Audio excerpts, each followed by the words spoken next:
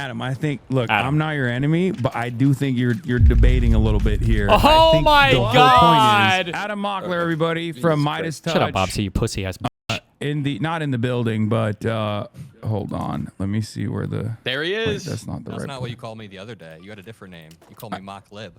I said I said it right now too. Right before. Okay. But I also said Adam Mockler.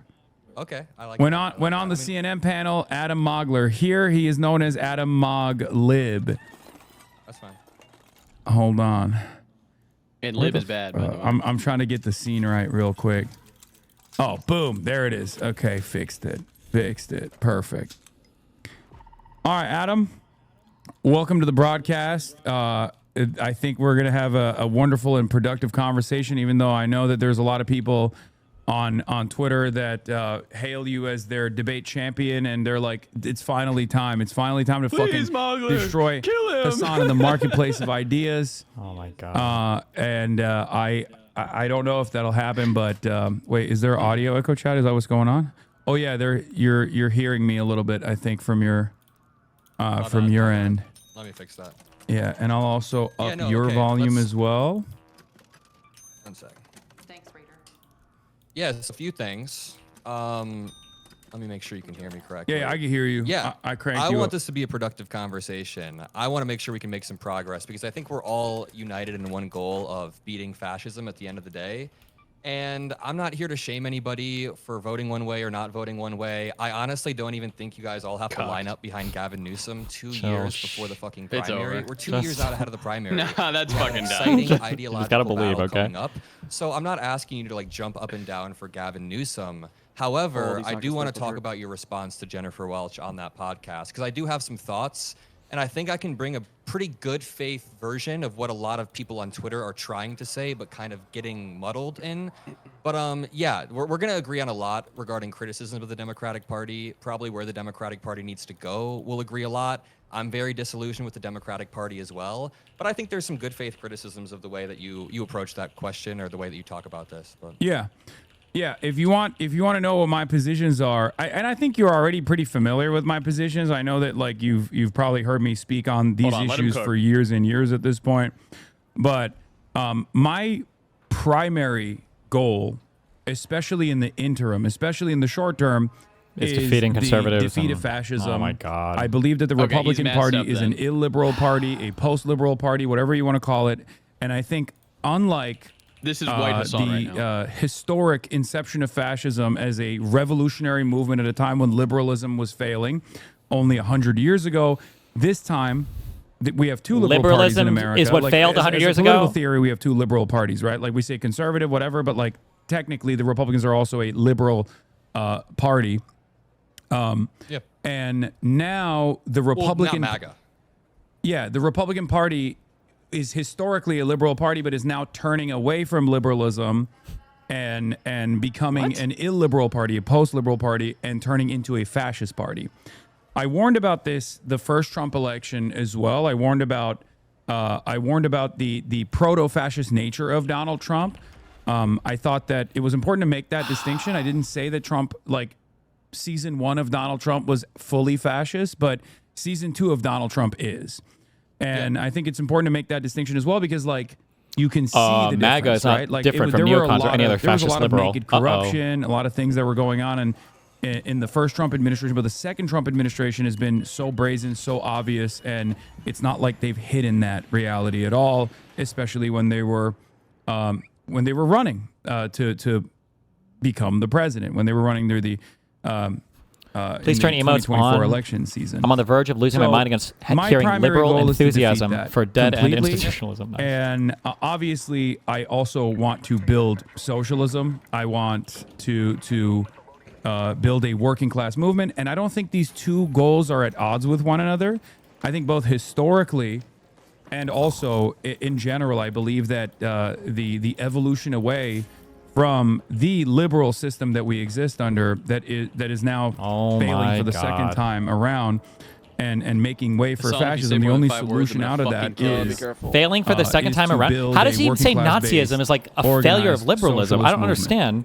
Because in Germany But you failed, or those what? are my two. Okay. Those are my two main points.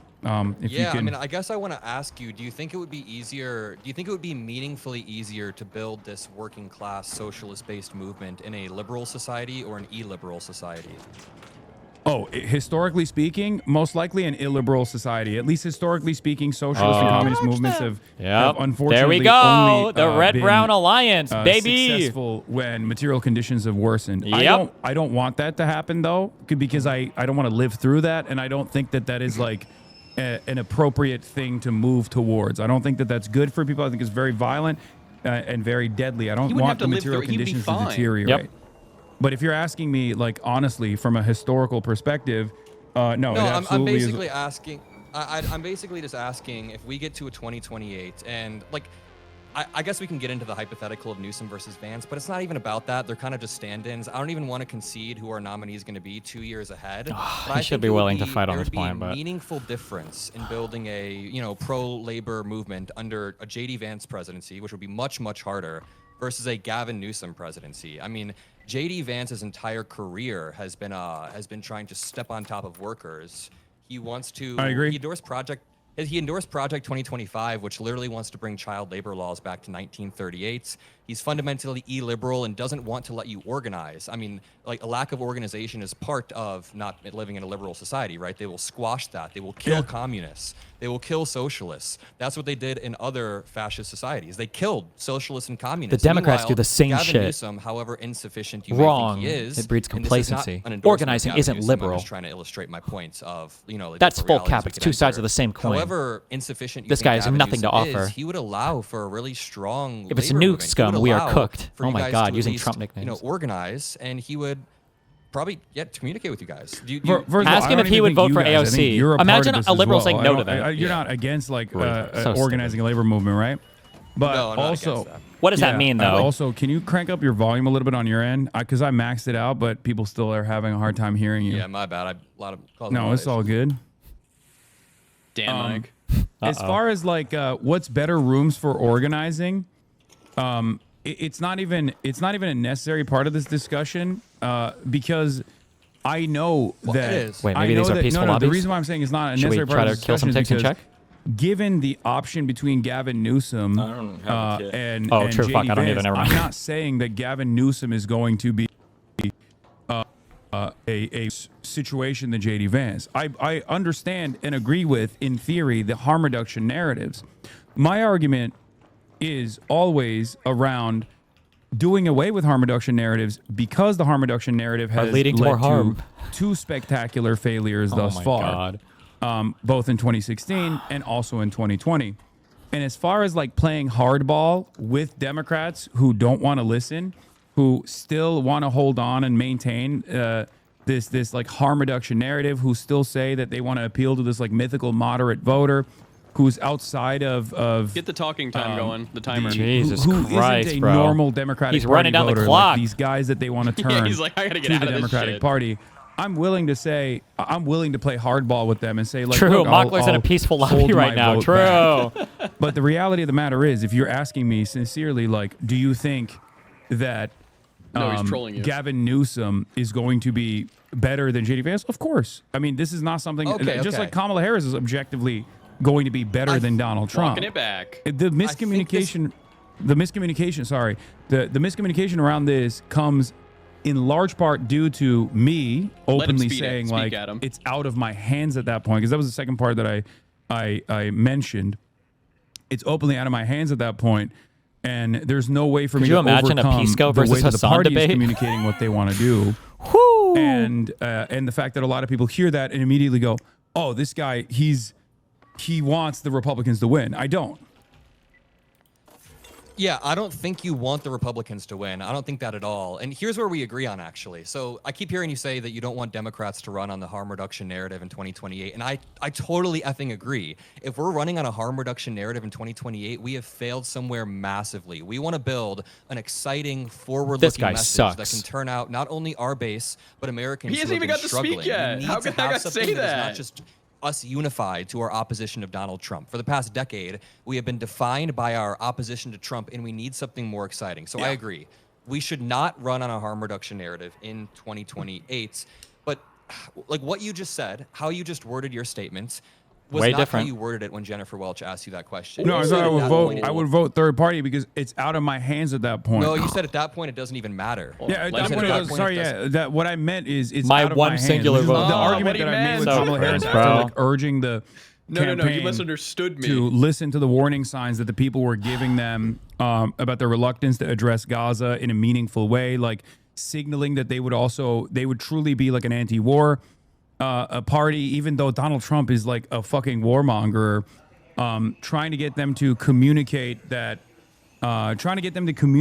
there are meaningful differences between their design overall, not leaning in and not conceding on the white nativist anti-immigrant narratives, knowing full well how devastating Trump's mass deportations were going to look like. Time. I poured hours and What'd you hours say? and hours of commentary into this, Filibuster time. thousands of Oh, hours oh. of commentary into this, and Thousands it's of always reduced back to whatever like reasonable soundbite that people can cling on to say, "Oh, we got him. He's a third party Well, guy."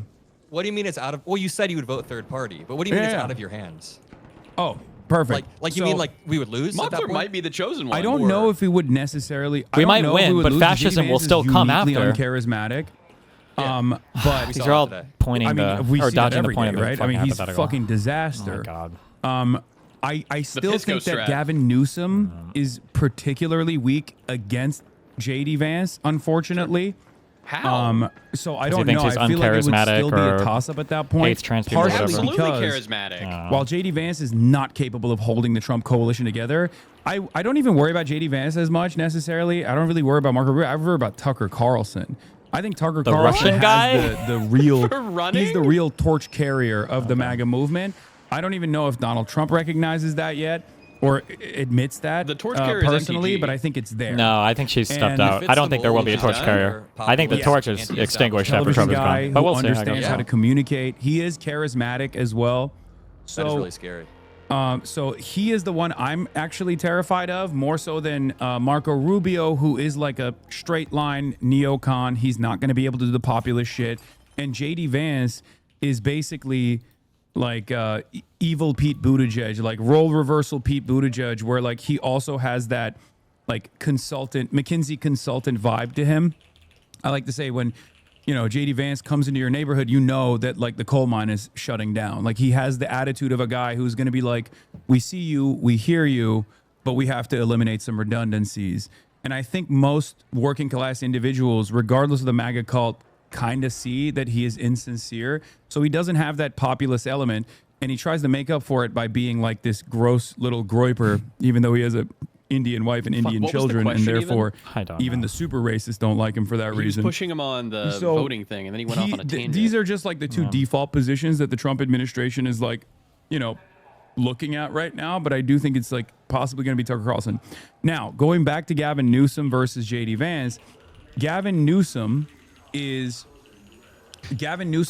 yeah, it was, what do you mean by it's has out of his hands? a lot of the California stink associated with him. I love California. Where's I the live Dr. here. Disrespect song? But I'm And still there's a lot of in. exaggerations Exactly. about how devastating California is, like how terrible the conditions are here. People are all doing crime and doing drugs, and everyone's homeless on the street. But there is a real problem from a policy side, from the policy side of things with my California. God. Gavin Newsom is, and he's demonstrated this already, beholden to corporate interests.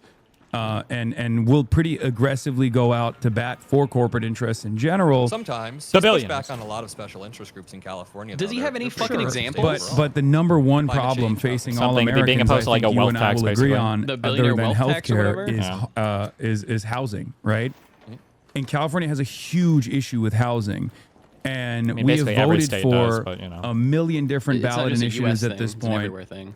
to pay for shelter, pay for additional tax revenue so that we can go and build new homes and things of that nature. What? And none of it ever gets done. Oh, There's a lot no. of institutional rot here as well. Not to get all abundist on Yeah, he's abundance this, liberalism there, on son. this conversation, but like there is a little bit of truth to what the abundist guys say.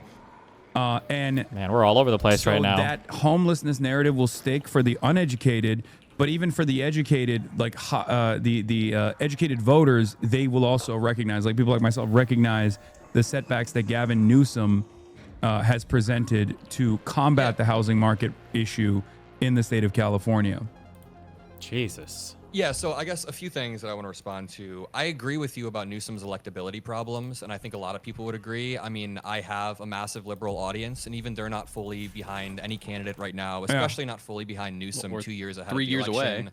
I think that now is our time to use the leverage we have, and I think that's what you're trying to do during the Jennifer Welch podcast. And I want to keep returning to that conversation that you had, because you said in the conversation at that point it doesn't even matter, but you at this point mean it was out of your hands, right? Yeah. Can you clarify? What do you mean it was out of your hands? So he's asked it a second time, and I also talked about like my refusal to endorse Kamala Another Harris pivot. as well, and we can get into that too. Woo!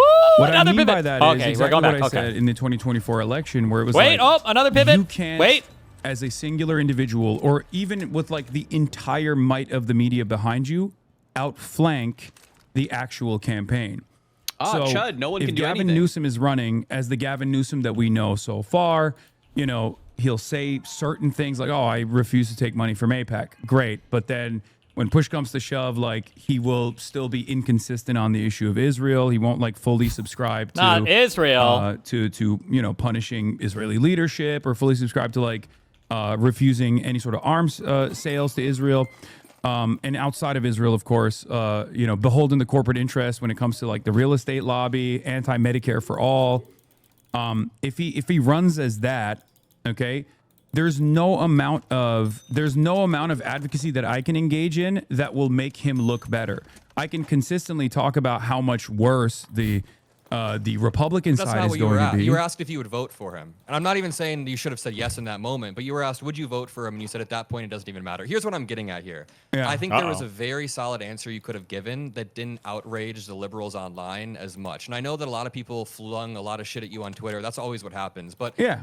I think there was an answer where you could have been like, listen, I refuse to pre-commit to any candidate 2 years ahead of a primary. They have to earn my votes, and that's what I want to see. And I totally get you're on stream like 8 hours a day. You're not Who cares? Whose child is this? Ooh, they hate him. Here's where a lot of liberals online are mad, and here's where we're all kind of talking past each other. I see a lot of people online saying all liberals want us to line up behind Gavin Newsom 2 years before a primary. And that's not even the argument that any of us are making. I think where a lot of liberals have problems with the way you speak about the Democratic Party is that you try to minimize the gap between the Democratic and Republican Party. So Mega true. I can totally grant that you meant to say like, you were asked, you were asked, would you vote for J.D. Vance or Gavin Newsom? You said, I'd vote third party. At that point, it doesn't even matter. It feels like you're drawing a false equivalency. And then a few days later, you basically said, Gavin Newsom will only be marginally better than whatever Republican candidate there is. Then you said, Democrats have literally written you out of existence regarding trans people. Wait, did you see the rest of that quote? I watched the video, but yeah, I watched what's the rest of the quote? Did you hear me say that marginal differences between each candidacy, like marginal differences between two parties, leads to drastically different outcomes for marginalized populations? Having said that, however, from the eye of like a voter, they don't make that distinction at all, especially if they are coming at it from a privileged position. If it doesn't like attack, if it doesn't harm them at all. And not only that, there's not a marginal. So you're kind of conflating two things. When you say there's a marginal difference between the two parties, I think that signals to people that either way they vote, it doesn't really matter that much. That's how people take that. When you say trans people you said like Democrats would shoot trans people in the back of the head, that signals that Democrats aren't really that different than Republicans, when that's not true. There's not a marginal difference between Democrats and Republicans. There's a very meaningful difference. If it was like Obama versus McCain and you said there was a marginal difference, I said fine. Democrats would, it's exaggeration. Democrats would kill trans people if it meant securing additional electoral votes. And that's not an argument that like Democrats are going to run on a policy of killing trans people. It's a hyperbolic statement about Democrats cutting out trans people, which, as you saw probably in this last week, in the aftermath of the fucking neo-Nazi MAGA dad, or not MAGA dad, the trans shooter that was a fucking huge neo-Nazi, who's apparently his son was also a neo-Nazi, who's in prison as well, which is, not very shocking. There were a lot of people floating around bad polls about, not bad necessarily from like the polls are fine, but they were polls that made it seem as though the trans issue is something that we as Democrats should not actually advocate for. It was Lakshya Jain. And I always go back to obviously the first week after the Kamala Harris election defeat, where a bunch of prominent Democrats who got yelled at, to be fair, by other Democrats in the caucus, but a bunch of prominent Democrats went on television and immediately were like, we lost because of the trans stuff. they put a lot of overemphasis in the Kamala Harris is going to give bottom surgeries to Guatemalan transgender prisoners in immigrant detention facilities. My argument always is, if the Democrats actually put forth policies that people have to attack, like the Republicans have to attack, then the trans issue just becomes unserious and a relic of the culture war that people don't pay attention to. Yeah, and they don't. In the absence of definable policies that you can associate with the Democrats, how do people listen? Very oh my defined God! By what their enemy, the Republicans, define them as. Yeah. So. That's also. I don't actually I don't disagree with your analysis at the end there. I do think that if we had a more affirmative, unifying message, then people wouldn't care. Like Medicare for all would be really exciting for so many people. Okay, we're killing. Good luck. And I actually agree there.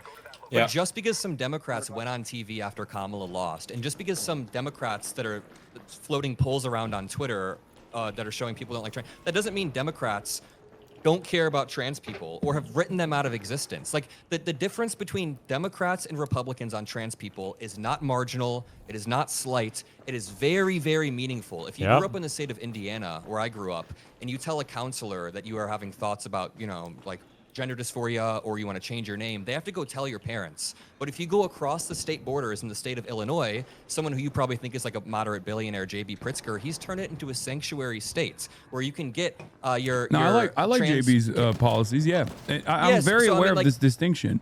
Okay, but wait a minute. So J.B. Pritzker, Andy Beshear, even Governor Newsom turned California into a sanctuary state. It is a very progressive state. So can you see how people are bothered when you then go on the stream, and I'm quoting you verbatim, you said Democrats have written you out of existence. Democrats don't give a fuck about you. And then you said later on, the marginalized identities have been left behind by the Democratic Party. You're kind of drawing a false equivalency. And then that brings me back to the Jennifer Welch clip. I'm trying to give you the strongest liberal argument here as to why people are mad. It's not. And by the way, I've heard this argument. I used to make this argument myself. Yeah, but you said that point it doesn't even matter, and that kind of feeds into the broader apathy that you seem to be pushing towards. So there is a meaningful difference between Democrats and Republicans on trans issues, right? If you grew up in a Democrat or a Republican state, there's a meaningful difference between your quality of life. Can you agree with that? Oh, absolutely. Okay, so a meaningful difference. There's a big difference. Okay, so no, there is a meaningful difference between living in a Democratic state, hopefully one that isn't captured by Republican state legislatures that will then, even under Democratic leadership within the White House, take advantage of the state legislature apparatus to still undermine trans existence, and then take that all the way up the courts of the Supreme Court. There's a meaningful distinction between having a liberal Supreme Court majority versus a Republican Supreme Court majority, a super majority even. These are all things that I fully understand and fully agree to and don't want to happen. When I talk about the Democratic Party's lack of interest in like he's saying this to minimize the bullet he just fighting back and counter messaging against. Well, and because the more that he rambles, the friendlier around trans people. It makes the other guy kind of have to be. What I'm talking about is Democrats running from a place of fear. What I want the Democrats to do it's all just meaningless, is to whatever bullshit. Not compromise at all when it comes to putting forth a counter messaging operation to go back and fight back against the Republican Party when it comes to trans issues.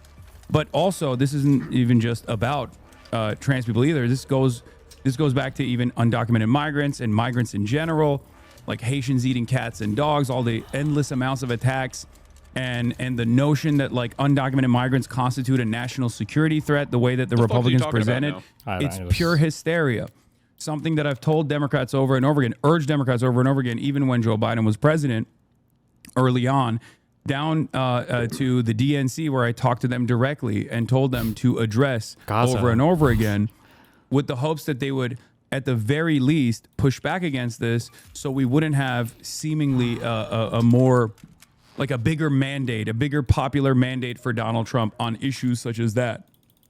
I think every moment that the Democrats waste, not on the offensive, on affirmative policies and affirmative policy vision that is easily definable, is a moment where the conversation revolves around culture war issues, specifically attacking trans people, and it ends up harming trans people that way.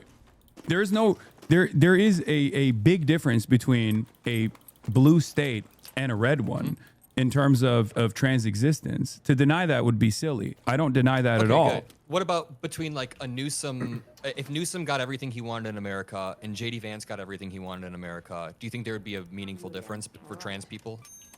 Yes, I do. Okay. I mean, we're so this like Donald Trump's first action when he came into office. Like this might come as a surprise to people, maybe in your audience or people that have seen these clips, and assume that I don't think that there's any difference between a Democratic leadership or a Republican one. I will never work with Republicans. Well, I guess maybe Thomas Massey on like a very random issue. You know what I mean? A random issue that's like the Epstein files, something like that. But I don't agree with Republicans ideologically, and my criticisms of the Democratic Party revolve around their closeness to Republicans or their endless interest in conceding to Republicans on certain issues, because that concession doesn't actually end up causing them to win elections. The only thing it actually ends up doing is those concessions actually normalize some of the Republican agenda items in the eyes of the base of the Democratic Party. And only until people realize how devastating the outcome of those policies are do they turn around and go, oh, I have buyer's remorse now.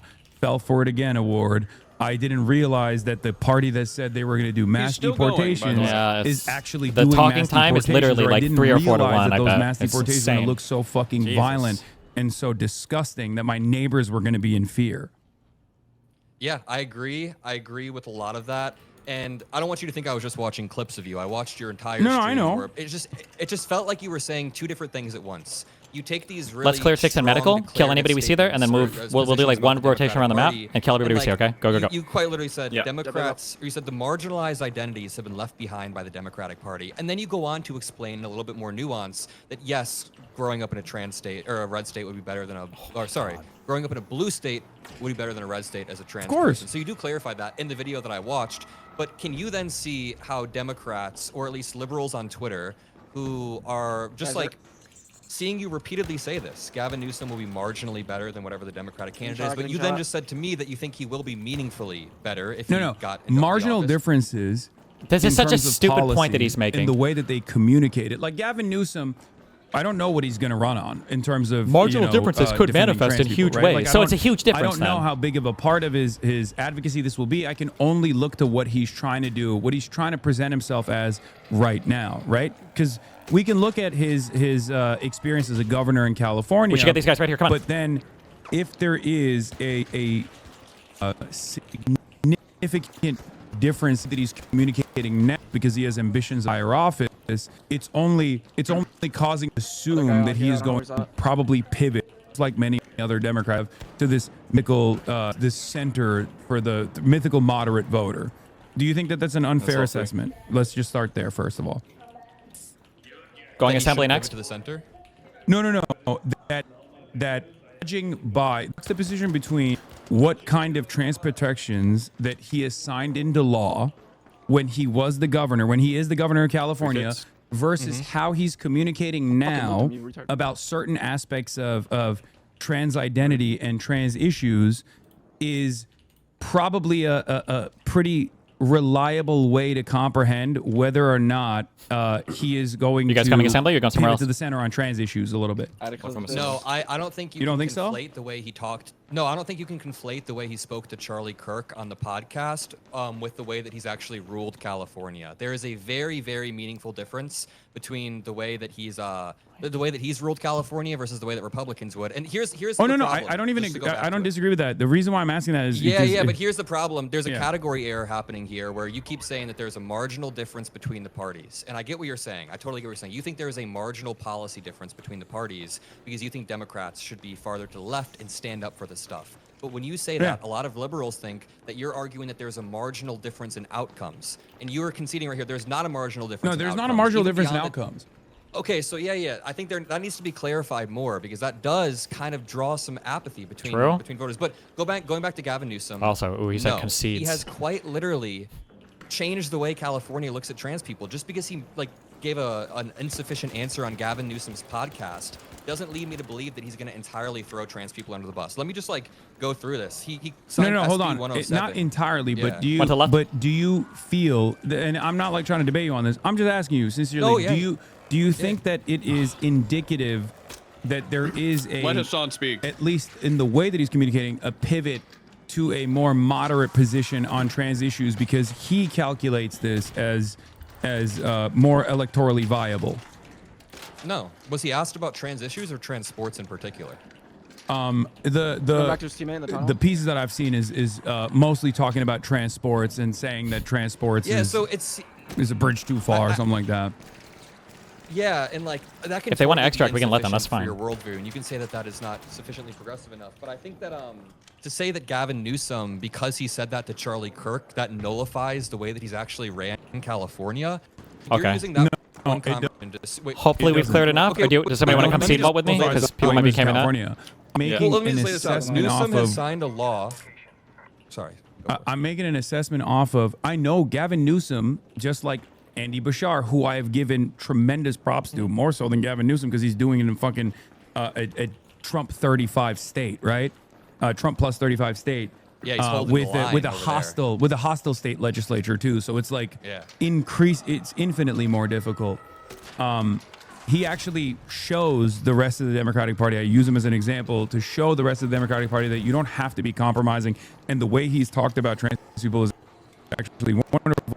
Where he says these are, Christian. These are my neighbor. God teaches me love my neighbor, not to fight my neighbor. I remember when he stood up against that state legislature member where he was like, you have to apologize to these constituents. These are your constituents as well. Wait, hold on one second.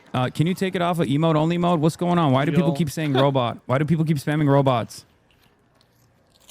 It's lagging. Is there an issue? Is my mic better now too? Sorry. No, I've been hearing you clearly this entire time, but I don't know what the fuck's going on. I took it off emote mode. No, is it effing?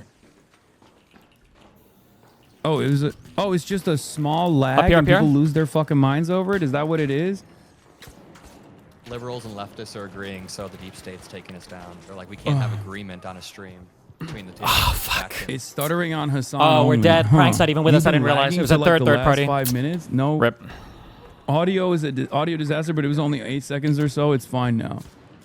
Okay, sorry. They were just like spamming the robot emoji over and over again, so I thought there was like something devastating happening. Okay. What were we talking about? Oh yeah, I was saying Andy Bashar is glazing Andy Bashar for uncompromising on his values. Business, bro. Yes, that's especially within the confines of like what he is capable of doing. I mean, that's very impressive, and I think it should be a lesson that other Democrats should follow as well, and some do, and some are cowards. But as far as the Gavin Newsom thing, I am aware. I think it's like, what, 49 LGBTQ plus bills that Gavin Newsom as governor has signed into law. I mean, as a mayor of San Francisco, his first nationally prominent act was literally to defend gay marriage in San Francisco. Like, I'm very familiar with Gavin Newsom's background. Wow. He's my governor. Now it sounds pro Newsom. Now he's the Newsom's biggest champ. What I am fearful of and what I worry about is the same exact pivot that we have seen from many Democrats that that they're invested in this selling is so out stupid. Oh my God, it's so boring. Holy identity, shit. whether it be sports, a conversation that starts off with the most appropriate angle to tackle that Republicans spend hundreds of millions of dollars against and create controversy around, this being, transports, to very quickly moving the conversation over to gender confirmation surgery and a litany of different anti-trans bills that basically lead to making it illegal to be trans in public.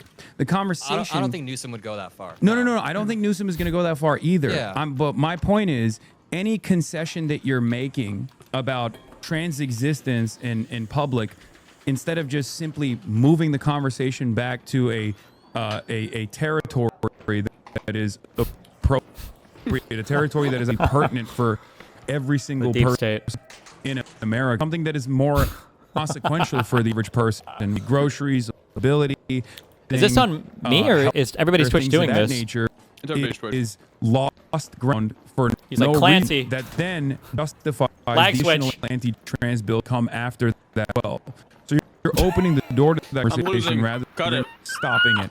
Imagine if the debate ended right here, and he's like, I think we basically did it all. We're good. That's good enough.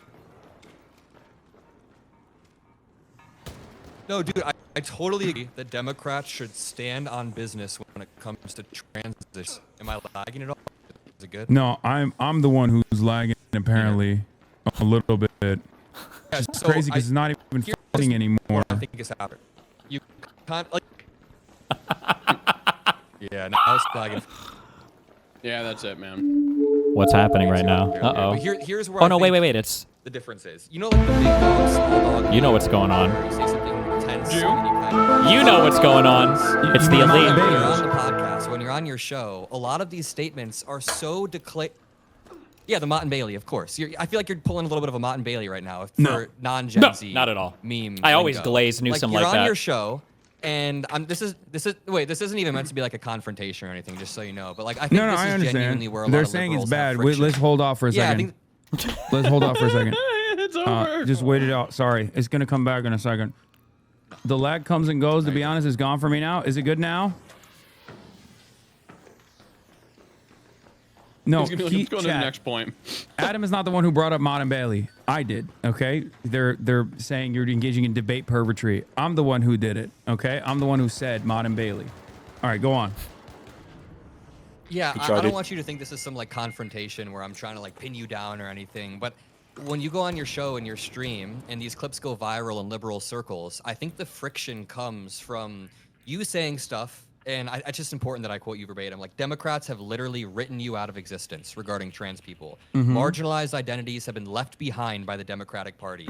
Democrats don't give a fuck about you. They would shoot you if it meant they could secure votes. And then I come on here and you're like, wait a minute. I do acknowledge that Newsom would be meaningfully better on trans issues. I do acknowledge that J.B. Pritzker is meaningfully wrong. better. I kneel. Blue states are meaningfully better. I do. And then your strongest argument as to why Democrats are throwing them under the bus are some polls that you see on Twitter, not from Democratic Party leaders, but from like Lakshaya Jain or whatever. Some people after the 2024 election What's his going chat on saying, TV Steven? and saying something They're to the effect mad. of, "Oh, we lost because of trans people." That's obviously bullshit. Get those people out of here. And then Gavin Newsom on Charlie Kirk's podcast. That's your evidence that the Democratic Party is throwing marginalized people or leaving marginalized people behind. Why does Hasan look retarded? I do He looks like agree. he's We like... should It's not concede just trans a people either, by single the way. I'm sorry. I'm just- New pivot. This argument extends not just New to trans pivot. people in general. It Also extends black to, people.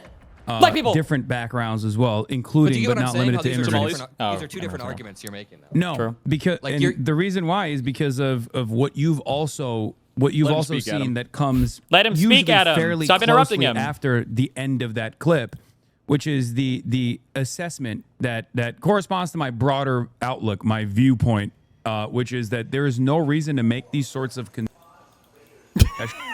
whatsoever. Like bull. These are Some people dude just who fucking are with him, dude. infinitely They're more lag switching his ass anytime he influential talks. within the Democratic Party's ecosystem. It's than probably one of his someone own like fans who are myself. DDoSing. He's like, we gotta get This is Hasan out of here. talk. It Hasan, starts this is a fucking bad going idea, down. bro. Can We you gotta hear me? DDoS Can you see me? We gotta take you out, Hasan. I'm Sorry. sorry, bro. You can't do this. What I don't the know why you fuck? thought this was a good Hasan's idea. future. I hate the fucking ISPs. It's Hasan, Insane. don't talk to Mockler. okay. I think it's back. They're saying we're good. Okay. I have a. Would you agree that I have a more How are we gonna get nuanced wasps approach on to this Stella, you issue fucking retards? than the way that clips present my perspective? No. Because even when we had the conversation, even when we had the conversation with Jennifer Welsh, like Jennifer Welsh and I had that conversation, there was an additional, 2 minutes of back and forth that we had where I was talking about how like I watched it, yeah. yeah, harm reduction narratives are exactly what a lot of establishment should've looted these Democrats bodies. What the lean fuck? on in an effort to moderate their positions for the mythical moderate voter. And this is like their primary vehicle for driving voters to go out and How vote, is he and it's trying been to an boil it down abject to? I was failure clipped out every of single time. It's context when bad. Mockler is It bringing leads to bad the whole policies. yeah, it's in just general, these are and just like his politics go-to in general retard as well. talking Because you points. and I both agree that we want a fighting Democratic Party, one that fights uncompromisingly for not just individual marginalized identities, but fights for the entirety of the working class in a holistic way. And Absolutely. when they don't present themselves as such, and they've been pretty bad at it. I mean, I think I saw you even criticize Hakeem Jeffries as well, or Chuck Schumer at least, like recently, saying like they must resign. Yeah, our approval rating sucks. Yeah, it's Yeah, there's like, a we- reason we're for not that, and there's a fighting reason for why Controlled there is opposition. like, I think only a 77% approval rating for Democrats within the party, right? Like we have a historically high disapproval rating right now for the Democratic Party. I think is like 21%, which is unprecedented for when a Republican is in office, a Republican that is as devastating as the Trump administration has been. That is a fucking massive alarm bell. And I feel like instead of recognizing that, we're still following along the third way neoliberalism of the past, more buzzwords. all the way from Bill Clinton to even to a certain degree Barack Obama as well, where we just He's also keep pivoting. looking for a more moderate approach. And that's absolute bullshit. We should not do that. It's absolute bullshit. Okay. But sorry, I want to keep going back to the Jennifer Welch thing really quickly. So do you think that Democrats have literally written trans people out of existence? Or is that just hyperbole? Yes or no? Because if it's Of hyperbole, course, no, that's it's hyperbole. Like Democrats are Okay. because the Democratic Party is a big tent party. Oh my God. Oh, here we But- go. More The yapping. Democratic Party also is, and this is just how it is for the But Democrats can I in finish general. my thought really quickly? Really quickly? Before Yeah. you like, yap I again? was having really quickly. No, Sorry. go ahead, You sorry. said a minute ago, like, hey, don't I have? Sorry, no. I just Still wanna finish lagging. this very quickly. You said a minute ago, like, hey, don't I have a more nuanced view than you would have thought? You that I guys better not had? be And it's PvPing like, up there. Sure, but you're also just like saying two completely different things. You're giving a completely different argument. You've said He's a king. I'd vote third party because at that point it doesn't matter, and then you switch that to at that point it's out of my hands. You've basically that said was- like all of these statements That are was hyperbole. the so when the you're argument that I repeatedly was making. But when you are repeatedly hyperbolizing Mm-hmm. the Democratic Party as being basically the same as the Republican Party, that creates a level of voter apathy. True. And I think that is why liberals on Twitter are very mad at you. I True. mean, of course, there's going to be like the crazy fucks who are always going to say some random shit. But I mean, like, I think that's the legit criticism that people have of the way that you approach this, is the way that you draw this false equivalency between the two parties. Okay. And then, like, when you get confronted on it, or when someone asks you about it, you're like, well, it's just hyperbole. It's like, no, like, we shouldn't hyperbolize about trans people, like, getting shot by...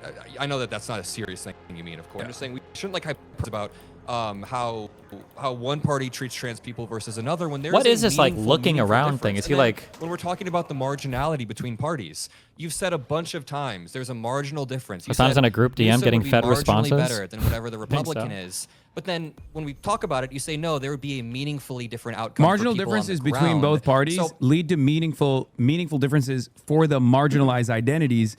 That is something that I have consistently. my That's something that God. I've talked about This is the for the dumbest past point 10 years I've ever This heard is in my something entire that I life. acknowledge.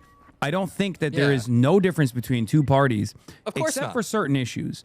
There are issues where there are no differences, or at least there is like broad consensus politics, right? And if you wanna explore that, that's actually the biggest part of my argument. The consensus that, for example, healthcare is going to remain privatized, and that with the exception of a couple Democrats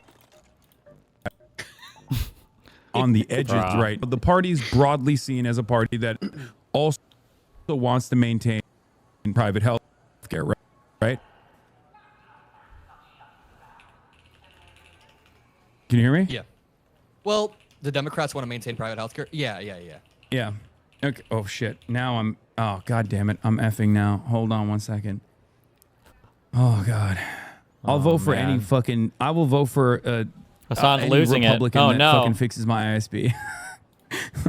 Good joke. Any Republican that shatters the oligopoly of ISPs in major markets like California, I'm voting for. Fuck it. That's a joke, by the way. Don't take that seriously. I know this is a I serious. was writing that down so I could quote it. I was Yeah. writing I that need a down laugh so I track could quote for it him. back at you later. And Yeah, try to yeah, confront yeah. it. No. That's, I'm in all seriousness, I'm not I'll trying to never be like. advocate for Republicans. I'll never vote for a Republican. I know. fucking I know. despise Republicans. So I'm not trying to make it seem like I'm like here to like confront you on these Let quotes. him or speak, no, Adam. it's I fine. I think this no, is I where think this is genuinely this is a people good are angry. conversation. This is a good conversation. Okay, so we were talking about like between the Republican Party wants to deregulate healthcare marketplaces even further at the behest of healthcare companies. Correct, right? Yes. And the Democratic Party's solution, at least post Barack Obama, has been at least to offer subsidies to the population, subsidies that end up still not tackling like the for-profit healthcare structure that exists, but tries to keep that system alive. Would you agree with that?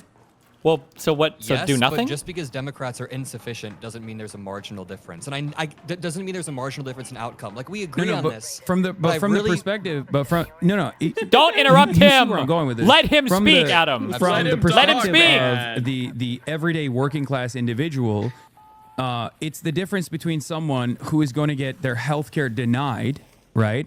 because they just simply because they deregulated it. There's no more protections for people with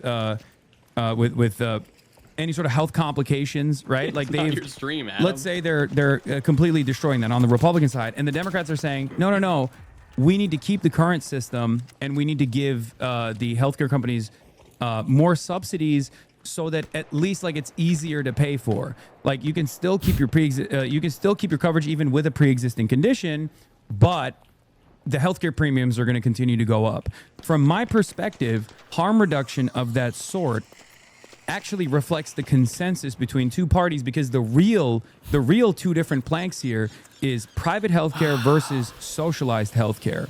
And the Democratic Party, unfortunately, unlike the Republican Party, is always judged by its weakest link. Because in order to advocate for more government in a country like the United States of America, where there's no confidence in the government, and in the post-Reagan era, unfortunately for the Democrats, they will always be judged by whoever is a part of the rotating villain structure that ends up undermining the policy agenda that Democrats are running on. And from the perspective of the average person, from the perspective of the average American individual, they don't actually look at it and go, well, the Democrats are trying their very hardest to make sure that at least my health care is affordable. Some might, right? But most don't. Most look at it and go, okay, I want single neither payer. party is doing anything for me. What the fuck is this? So that is why I say, from the perspective of, for example, healthcare, this bipartisan consensus on private healthcare as opposed to socialized healthcare is a major one. The conversation should not be kept within the confines of what can we do within the private healthcare system. The conversation should expand to socialized healthcare versus privatized healthcare. And as long as the Democrats don't do that, the differences between them are marginal.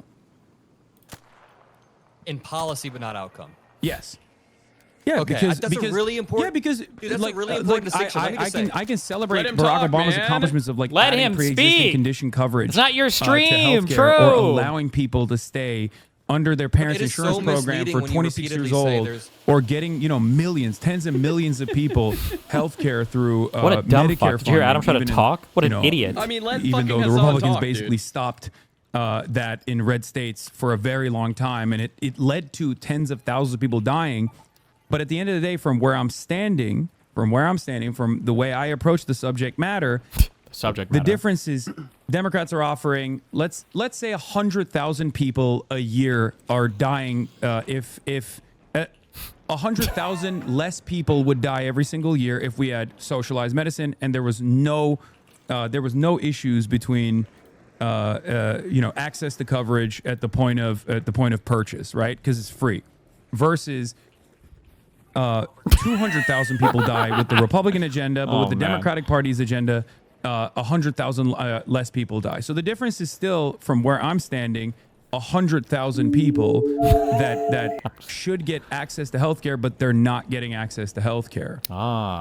Just because it's insufficient doesn't mean it's marginal in outcome, though. Like we agree on this. We totally agree on the difference between policy and outcome. And I could even concede that Democrats and Republicans, in the capitalistic system, like I get what you're going at. They're both upholding the same liberal thing, but there's also plenty of capitalist countries that already have these programs. I mean, virtually every yeah, single but one of them does. I still don't think you should say that there's a meaningful difference between the parties without saying you mean policy, because that could just, from my point of view, as a young 23-year-old, I'm so sorry, there's a lot of voter apathy. but I might have downed one. one. You obviously influence a lot of young people, and I have friends that I went to high school with that have texted me like before the 2024 election saying there's no difference between the parties. Both parties are the same, and we've obviously illustrated throughout this conversation, no, both parties are absolutely not the same. Well, if they're watching me and not just watching the clips, they would know that there are differences.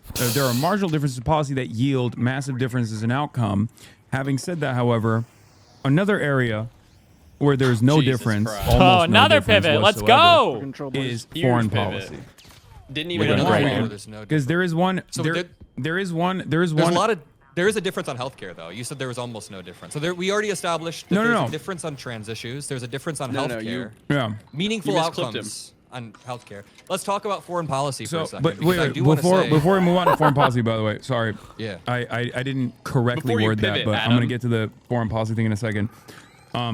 You understand where I'm coming from, though, right? Like, because from the perspective of people that are not from the perspective of the average American, the difference between being able to pay, $1,000 a month premiums and then having your service coverage denied at the aftermath of like a significant medical complication and not having that at all for tens of thousands of people is still it's still a devastating outcome, as opposed to the alternative, which is that they pay a significantly lower share in taxes and have that healthcare be financed by the government in a single payer style system. Like that's Who knows, that's bro? Everything bad. But I know Right. that Hasan's audience thinks he's spitting right now. As a unified Democrats vision. Are insufficient. Democrats are insufficient on healthcare. Yeah, I agree. But there's not a meaningful difference. Okay, so we went through trans issues. There's not a marginal difference there. There is a meaningful difference. We just talked about healthcare. I think that there is a meaningful like, I don't difference even know what between we talked parties, would you say, regarding outcomes?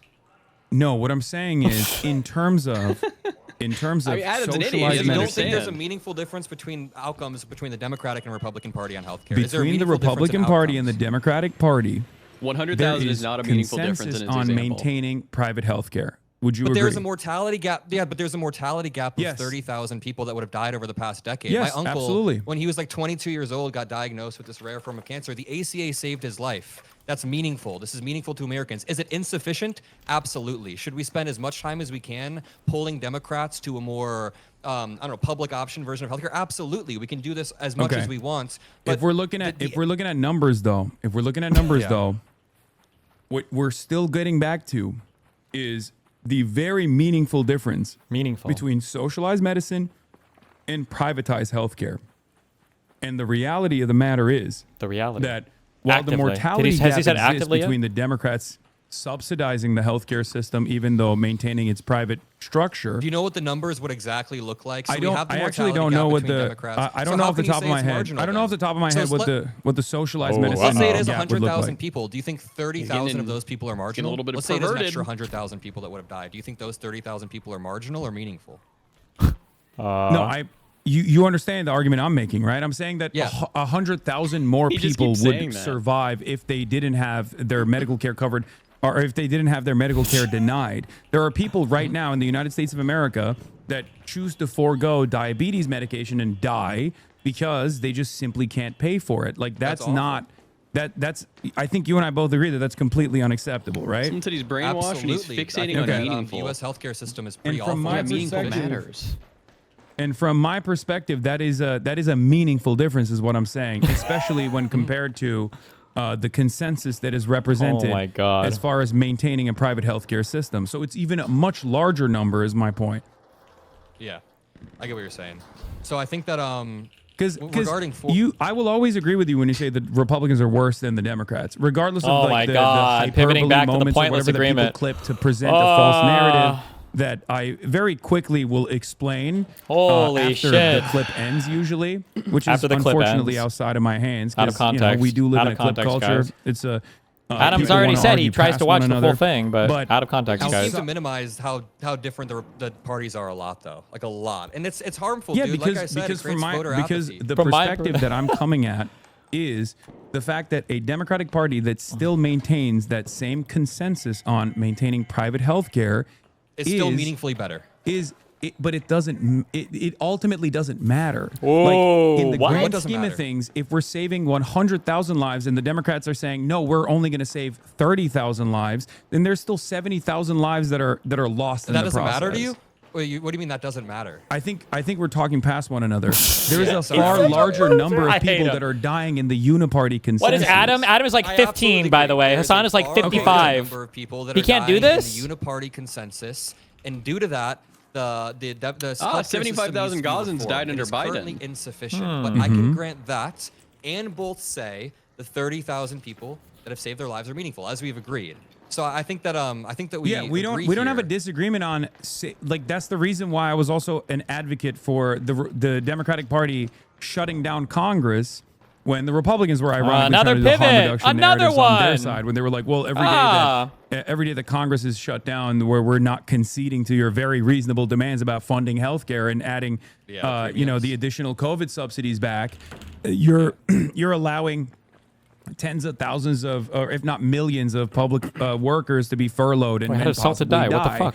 Like, the point I'm trying to make is in a much broader vision that is both politically beneficial, electorally beneficial. More the Democrats rambling. refusing to take seriously because of the donations that they get from healthcare companies that want to maintain, they have a financial interest corporate in maintaining a private healthcare system. The Democrats are writing off the additional 70,000 people, and they're getting away with this argument by presenting it as a lesser evil argument, because it's true. Lesser evil argument is the lesser evil argument. Can someone harm find the reduction time theory disparity of is talking? correct. I gotta know. But because of the harm reduction theory being correct, the Democrats lean onto that rather than actually advocate for a bold vision. And at times they even lose the election, but it seemingly doesn't matter, right? I think what we should do before, the 2028 primaries is push our party as much as possible to reject the type of special interest groups that have led to this over the past decade, have led to the Democratic Party kind of feeding into this. But so I don't mean to keep hammering down on that point, but I do want to go to foreign policy, because I think we can illustrate that Can you just say if you agree, yes or no here? So the Democratic Party has meaningfully different outcomes when it comes to trans people. Yes, right? The Democratic Party has meaningfully different outcomes when it comes to healthcare. Or I'll shoot at them, but I won't Party- actually hit them. Marginal or not, in terms of their different approach to both, healthcare is even more marginal, but the Democratic Party's approach to these issues, from the perspective of the people that are receiving it, from the perspective of the people that are looking at it, from the way that they angle the conversation, the way that they move to a centrist position on a lot of these key positions, is marginally different, but marginal differences yield significant outcomes for the people. So the average person views the policies as marginally different, even though they're the ones who are receiving the outcomes. Like the person who either gets insulin or doesn't get 100%. Do you insulin. think that the Wait, the average American is making a reasonable, a rational decision when they're voting? Not the average American, but the Americans that are affected. Like They're if just you too need stupid. insulin and you get See, guys? rejected due to a Republican Party, Don't you that's hope meaningful. so? There's meaningful outcomes there. Yeah, and yet they still make irrational choices all the time. See, this is what I'm saying. They just don't know. I If they wouldn't just knew our I didn't think you'd disagree with platform me on better. that. Yeah, how many people with like immediate undocumented family members voted for Donald Trump? Yeah, that's true. That's They fair. they are People do- insanely irrational in their decision making. That's why I always say you have to Mongo's have getting a cooked now. definable That's over. agenda that makes you that makes you viable at the elections. There's two People are going to different be problems irrational here. actors no matter what, though. People are going to be irrational actors no matter that's what. why you got to fucking bludgeon them in the head. That's why you got to bludgeon them in the head in the same way that Republicans unfortunately do very well and they have less structural hurdles than the Democrats do, obviously, in this situation, but they bludgeon people in the head by saying, make America great again. Here's what those values mean. And then they just like add a bunch of nonsense into it. They engage in hyperbole. They regularly will be Notice he moved off definable the yes or no by their question. policies. Build the wall. It's like very simple. It's very simple stuff that they actively harp on. And the Democrats are constantly running on a defensive posture. And my argument is, the reason why I think they're running on a defensive posture is because they can lean into the harm reduction narratives. Because the harm reduction narrative is a correct approach. It is correct in theory, but given that most voters are making irrational decisions, unless they're literally fucking bludgeoned in the head with it over and over again to spell out those party differences, they're not going to make a rational choice, and many of them are not even going to vote at all. My community, on the other hand, by the way, overwhelmingly voted for Kamala Harris, but that's besides the point. I mean, virtually every single person in my community voted for Kamala Harris, contrary to what people say. If it's 2028, man, and we're running on like harm reduction narratives in the general, I will be very, very disappointed. I hope that we have I'm excited. Okay, you'll be disappointed, so you understand what I'm saying, though, right? Then don't you feel like it would be out of your hands as far as like what you can do? Because at that point, I can. Out of my hands, what I can do, to my audience. At that point, I can lie to my audience and be like, "No, you guys don't understand." Kamala Harris, when she says we're going to have the most lethal military, what she actually means is that she's going to be anti-war as opposed to Donald Trump. No one's going to fucking listen to me. You say to your audience, listen. We had an ideological primary, and if Gavin Newsom is the nominee, This obviously did not go our way. We will continue to pressure his administration, but the difference between voting for Gavin Newsom and a J.D. Vance or voting third party and abstaining and lowering the threshold for J.D. Vance to win is the difference between quite literally 15 million people dying due to USAID cuts, which Gavin Newsom They don't care about that. Restore. Not the right type of person. It's the difference between like a mother in Sudan having a malaria vaccine for their infant son versus that malaria vaccine not being there and the son dying. There's multiple studies and models showing that 12 to 14 million people will die by 2030 due to the cuts of USAID. And they don't believe in USAID, by the way. That's a CIA op to them, by the way. Or another candidate to be at the end Look of at the them in day, chat. Fuck USAID. Oh, they said it. There it is. USAID. I hope that Gavin Newsom never runs on saying, even if he he's said going to restore USAID, USA, CIA. I hope he doesn't try to run on restoring USA, because I feel like that will lead to a even worse. He should not run on restoring USAID. No. Even if he's going to do it, I'm not even saying that's a bad thing. Yeah. I'm saying he should not be. Other people running around being would like, say I'm that's a going to bad restore thing. USA. Other people. And that's why you should vote for me. No, that's totally fine. But this matters. There's I don't disagree with you. I don't disagree with you on that either. So what do you mean? It's maybe it'll come across as a shock for people, but what do you mean it's out of your hands at that point? I don't think it's out of our hands at that point. What is out of my hands is that no matter what if people ask me about, why Kamala Harris was not coming out and being on my stream and releasing a statement about Gaza, the significant differences that she presented as opposed to the Biden administration's Gaza policy, because I think we agree that she did not separate from Joe Biden in a meaningful way at all. What right? about Israel? Yeah, she did, and that's a big part of why she lost. It's not. So, or at least not with one respect of to my biggest points of contention, especially leaving the DNC where I got basically blackpilled. I was like, I could not believe how much people were celebrating it and how much people thought oh, we got this in the bag. When the situation on the ground showed a very different reality, at least from my perspective.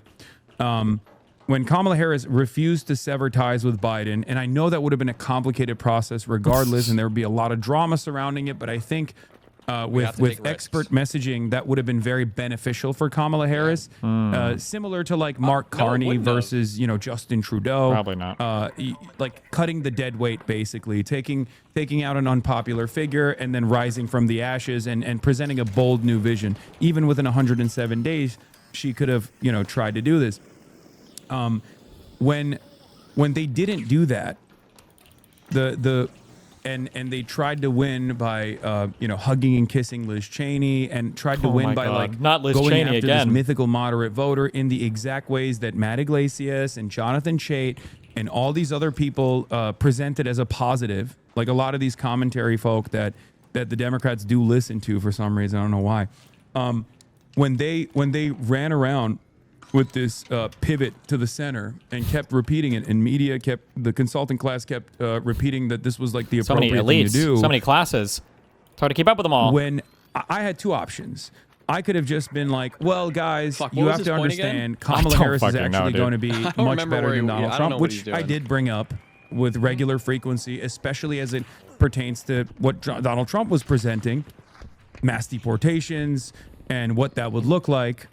And there are many, many videos where I, presented how terrifying a vision Donald Trump was spelling for the future of the country versus what Kamala Harris was presenting, which conceded, because this was another holdover from the Biden administration. Weeping right Holy now. Shit, that's crazy. Undocumented migrants were actually a national security interest, a national security issue, that they were actually leading to crime, and that the only solution was a compromise position that wasn't mass deportations. I'm calling it. Somebody call it. Somebody else call it. I'm going to go down. Deportation of some.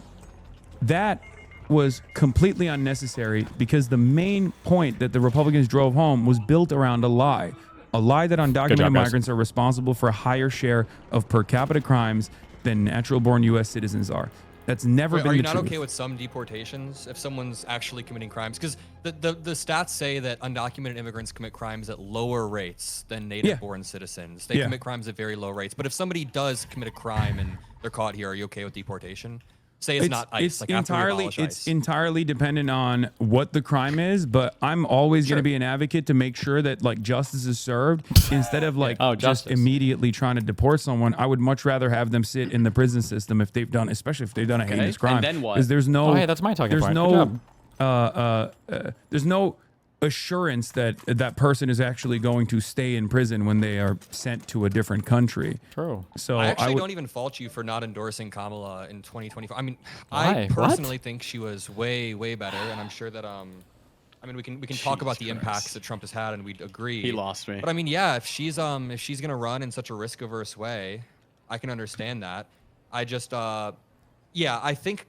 Before we move on to the forward-looking message, I feel like it's a bit hindsight my argument saying is she ran in a Kamala Harris risk-averse didn't way. She was present trying to that unite vision the appropriately, United and that's States. why she Yeah. lost. Like she should have sat there and been like, "What do you guys think mass deportation is going to look like?" This is verbatim, bar for bar, what I told both Democrat consultants and also party members, including Ro Khanna and many others, both privately and publicly. I was like, "Explain to people what fucking mass deportations are going to look like." You guys are running he let him get scared. away with this on not I know answering you the see the question. polls that say 66% of the public want mass deportations. They don't know what that looks like. It's up to you to explain to them what that looks like. And when they don't agree. do that and they cede ground unnecessarily on this argument, they end up causing a spectacular defeat where Donald Trump does come in and actually does start the process of mass deportations. That was my argument. And that's precisely what I mean when I say it's out of my hands at that point, because no matter how much I yelled both at the Democrats, no matter how much I advocated for every single day about how devastating a vision Donald Trump would look like if he actually won, the Democrats still chose what they chose to do. That's what I mean when I say it's out of my hands. I don't know exactly still how in control. Gavin Newsom is going to run. We don't know yet. It's too far out. But my assumption when I say it's out of my hands is that Gavin Newsom represents the same old business as usual politics that Kamala Harris ran on, that Democrats have run on in the past, with the notable exceptions of Joe Biden and also Barack Obama. Both ran on an objectively progressive policy agenda.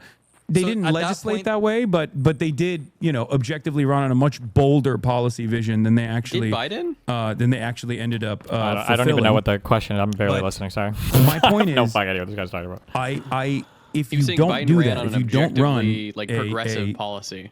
bold, I mean, he kind of did compared to, agenda-focused but not like what vision, Hassan's people you consider are going progressive. to lose to the but Democrats, and I No, fear he's that comparing that's it to what other, Gavin like, Newsom is Democratic going to do, leaders, and I that's guess, in why the I meant past, like like it's out of Hillary. my He said hands Obama at that also was point. progressive. There's nothing Maybe, I can do. just not like socialist or whatever. To salvage the reputation of the party, because I've been there. I've been there in 2016. I was there in 2020. Luckily, it worked out. And I was there in 2024, and it didn't work out again against Donald Trump. That's my argument. Yeah, so I agree that Kamala Harris definitely should have taken more affirmative stances. One of my big problems with her is that she was super risk averse. I think that as a pressure former off Hassan, now he prosecutor, it was can a trope that chill. She was just very meticulous with every single thing she does, and I think that's representative of a broader Democratic Party that is just very risk averse. And while they're risk averse, they'll also finger wag and shame you over and over for not voting for this candidate in that way. I mean, the Democratic Party definitely has me disillusioned. But yeah, I mean, I don't think it is out of your hands at that point. I mean, the messaging maybe, like the messaging apparatus of the Democratic Party, if Newsom and Vance are the nominee, is not out of your hands. But there's still an entire administration that you can pressure and push if Newsom were to win in your direction. It's Yeah, not I mean, out I'm of gonna your keep hands. doing that And that's- You regardless. also said, but it's not what you said. It says at that point it doesn't even matter, and I can understand. Yeah, that yeah. you're, What I you meant something Brought him back to it again. And if you listen to what the conversation I was having have to afterwards, listen to is the what I whole meant is thing. like it's Yeah. impossible. And Like this is Jordan a Peterson fans, thing you gotta that I watch brought up all of over his and over episodes. again with You need to see Kamala all Harris of his in lectures. 2024, is that there's nothing I can do to outflank the party. And one example I'll never give do you, I think you'll anything. agree with. Kamala Harris. Oh, another pivot, got $1 another billion, example. Right? Oh, Massive Kamala war again. chest. She comes in hot. She comes out with this I thought it was going to be a visionary agenda. They choose Tim Walz. They're coming out of the DNC. I'm a little shook in my confidence in the party. And they dump $30 million to the television market in Pennsylvania. And the polls didn't even move a little bit. that was a major sign of alarm, major sign for concern for me. At the time, I said, this implies that people are hearing the message, but they're not identifying with it. They don't like it. They don't like what Kamala Harris is presenting, because at that point, no matter how much money you spend, no matter how much you tell people that you're going to be better, that you're going to be better than the Republicans, and here is why, they were not responding positively to it. And that should have been... You know what it sound reminds me of? This would be like if like AI slop existed for a politics streamer. Like that's what this sounds like. It's like AI slop. Just like a ton of Markov chaining together political terms and words and just... For change. They didn't do that. And that was that's precisely what I mean when I say it's impossible for me to outflank $1 billion of ad spend, Taylor Swift endorsements, Beyonce endorsements. I'm not saying I'm a small bean and I'm just like utterly irrelevant. Of course. No, we're not. I don't even think you can change the results of the election. That's not even what I claim. That's what a lot of people yell at me over. They make it seem like I was the singular kingmaker or No, something. literally nobody really said dumb. that. Any liberals Nobody saying said that, that, Hassan. dumb. Any Nobody liberals said saying that. that Adam shouldn't even let him use that as an example. what the Nobody hell? is saying It's that. 2 years out. Hassan is the perpetual, why like do he you picks think his so one many guy. liberals were mad at that Jennifer Welch clip? What's your steel, man? If I could ask. What do I think about it? Like, no, why do you think so many liberals on Twitter were at your throat? It's the same. It's the same reason why everyone said the Bernie bros were the reason why Hillary Clinton lost. It's the same reason why people still say third-party voters are the reason why Kamala Harris lost, even though if all third-party voters, and I don't think anybody says that. There weren't voted enough. for Kamala Harris, Yeah, she still wouldn't have won the election. It's people looking for an alternative. It's not that their vision of what the Democratic Party should be doing is incorrect entirely. It must be something else. So they're Plenty just people blame looking to leftists blame for the someone loss. else. And I'm fine Leftists being are that not, guy. third-party I honestly voters, retard. disagree. I think a lot of the liberals I talk to, Nice steel man, by the way, people Hassan. in my audience, don't think what you just said. I've got a massive liberal audience online. Yeah, I didn't ask them about this. I don't know. But I genuinely think a lot of the criticism I saw on Twitter goes back to the conversation that I was kind of trying to not pin you down, but I was kind of trying to return to it over and over, is the way that you word these things on your stream. I genuinely think liberals take problem with that.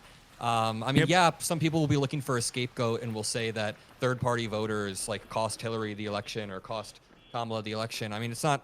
I don't think it's true in the case of Kamala, but I think that no one expects you to change the results of the election. Or maybe not no one. No reasonable person expects you to change the results of the election. No reasonable person expects you to jump up and down and start throating Gavin Newsom 2 years before we even have our candidates there.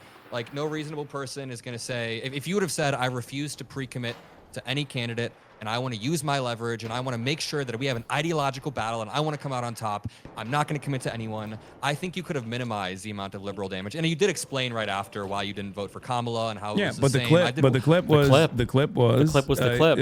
way before. The clip ended way before that. Yeah, but you're saying something different too now. You're saying it's out of your hands, but you did word it, and you're live a lot every single day, so you can't word everything perfectly, but you literally said, at that point, it doesn't even matter. One day prior, you said Newsom is marginally better. When liberals see all of this in totality, it's like, wow, this guy doesn't think that the Democrats are even different, and this guy has a lot of apathy towards who wins. It came off as apathetic.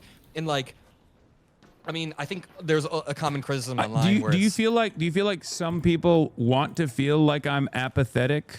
Do you feel like, well, one, there's two different reasons for that faith out of context clippers. One, the plurality doesn't vote, and therefore the plurality is apathetic, right? My audience, as I've demonstrated already, is not apathetic, and they are voting for the Democratic Party when push comes to shove. I think the plurality would be less apathetic if we could illustrate more.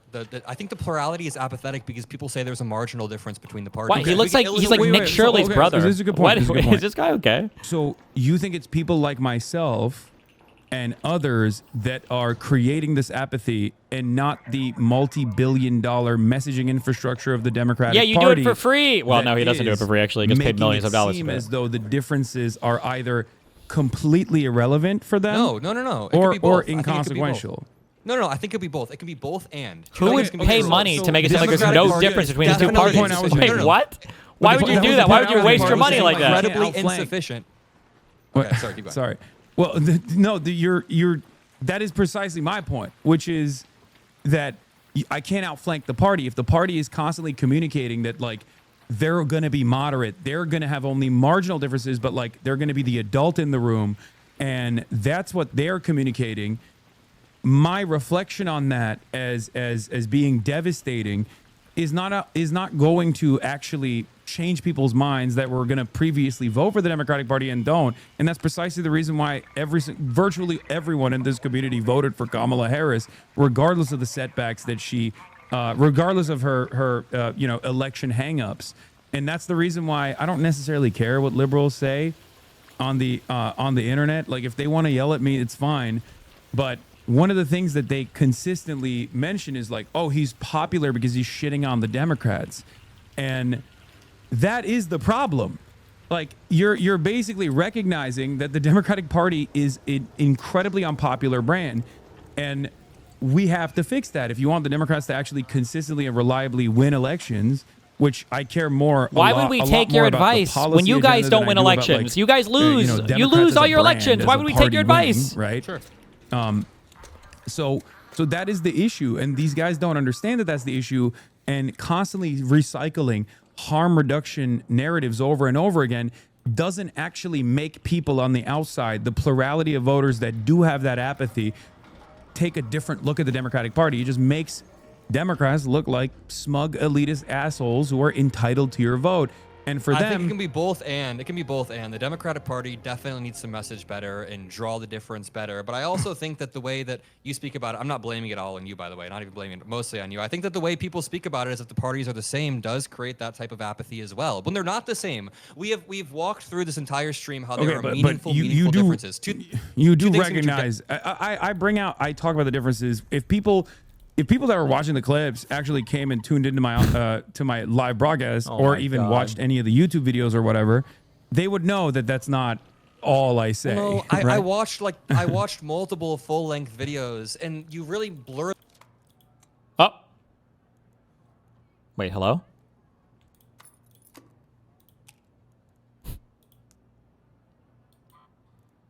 Wait, is this just me? The lines, and I'm not gonna. When your audience. You do. In the video, you said two things back to back. You said Democrats have literally written you out of existence. Later on, you say Democrats would essentially shoot you. It's fine to use hyperbole, but then you're watching clips. You're bringing up two clips. Those are two different clips. No. It's in the same video, though. It's the same video. I know, but they're clips. But I already explained to you that. But there's additional things I say in between those two clips. Between these two strong declarative statements, you for a second the nervous say, laugh yeah, coming sure, being a trans person in a blue state is probably better than a red state, and then you go back to saying the next statement. The idea that and there are a million examples I can show you if you want to see the frat laugh. But the idea that I don't actually maintain the validity of the harm reduction argument, I just don't present it as the number one solution.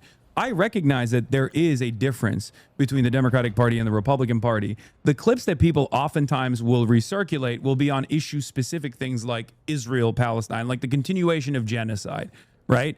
Like both off of the genocide that unfolded when Joe Biden was president and Kamala Harris was vice president, and also the way that Kamala Harris communicated. But he doesn't care about U.S. aid. What she would do differently from Joe Biden, which was unfortunately nothing, right? Like there are certain aspects of the we have a difference of opinion, or we have a different approach between the Democratic Party and the Republican Party that's just like not translating to the population at all. And there's good reason for them to actually there's good reason for the average person to not think that there's any major difference between the two parties. As far as genocide is still genocide. One is being conducted in a way where Trump is also saying additional unhinged shit. The other one is being conducted where Joe Biden keeps saying, oh, we have red lines, and then Benjamin Netanyahu keeps crossing them, right? Yeah, I agree. I think the Democrats need to stand the fuck up, and I think that this is an issue where Democrats definitely need to be meaningfully better than Republicans. Yeah, I mean, it's not even just like because it's electorally beneficial. It's also unconscionable in general, and that was the reason why I said that given both Kamala Harris's lack of interest in like communicating a different vision for what will happen with her leadership between United States and Israel, and given her tendency to lean into Joe Biden's agenda on migration, people were looking for the a right wing change bill, agent, for sure. the right wing bill that they packaged as a bipartisan bill that was like almost single-handedly written by that fucking Oklahoma senator that basically offered money to build the wall. Like all of these things that they went back on, people are stupid, but they're not that stupid, right? If you say you're like anti-build the wall for years and years, and then you're like right before the election, on October 6, 2023, you unveil a spending package that has money to build the wall. People are going to look at that and go, oh, so Republicans were right all along that immigrants do constitute a national security threat. And you guys were just fucking lying to us. And all you end up doing in that situation is you don't get the moderates to come to your side to go, well, there's a reasonable immigration agenda here, and the Democrats are the only party that's going to advance this reasonable immigration agenda. No, most people in the Democratic Party say, oh shit, I guess undocumented migrants are doing the rapes and the decapitations or whatever the fuck the Trump administration is saying. I think maybe they were right. Kamala was pretty clear that that's not true, though. I mean, Kamala drew the line. I don't think she played into Trump's anti-immigration criminal rhetoric as much as he did. But the concession is within the legislation. The concession. I thought people didn't care about legislation or understand that. Come forward with well, first of all, she had plenty of fucking I'm going to be strong on the border videos. Wait, were you okay with strengthening the border from Biden era? Did you want to continue Biden era policies? Because right now, I thought the Biden era policies were horrendous because Jesus, the first 100 what the days fuck of does he immigration want? that he ran on, He wants an open he did border, not man. accomplish at all. If you go back to 2021, I Well, believe no, it's it in the sounds month like of he February did where I want said, it closed more. if the But Biden administration, when the images came out of Customs and Border Patrol whipping the Haitian migrants, Or maybe at the I don't Texas even border. fucking know. You remember? He thought it needed to be more open? On horseback. He just wants to bitch. And I said, the Biden administration promised a comprehensive first 100 days of dealing with the humanitarian crisis at the border. And they had a lot of really good policies in there. And those policies were supposed to revolve around expeditious processing of migrants that are coming in and offering them temporary protected status, going through expeditiously on their asylum applications, and making sure that they are relocated, appropriately all around the country. And they got so scared that the Republicans started instantly hitting the immigrants are coming in to do rapes lines over and over again, that they completely backed away from it. And they thought, as long as we don't address it, it'll go away. And then Greg Abbott came out, Ron DeSantis came out, and they did the whole human trafficking scheme, if you remember, where they took undocumented migrants that had crossed the border to legally apply for asylum, and then they shipped them to Long Island and all these other places with the express purpose of ruining the immigration process that was already underfunded. At the time, I said, Joe Biden needs to punish Greg Abbott. He needs to throw Greg Abbott in prison for human trafficking. He needs to do the same thing for Ron DeSantis. He needs to play hardball. They didn't do that. No one was held accountable.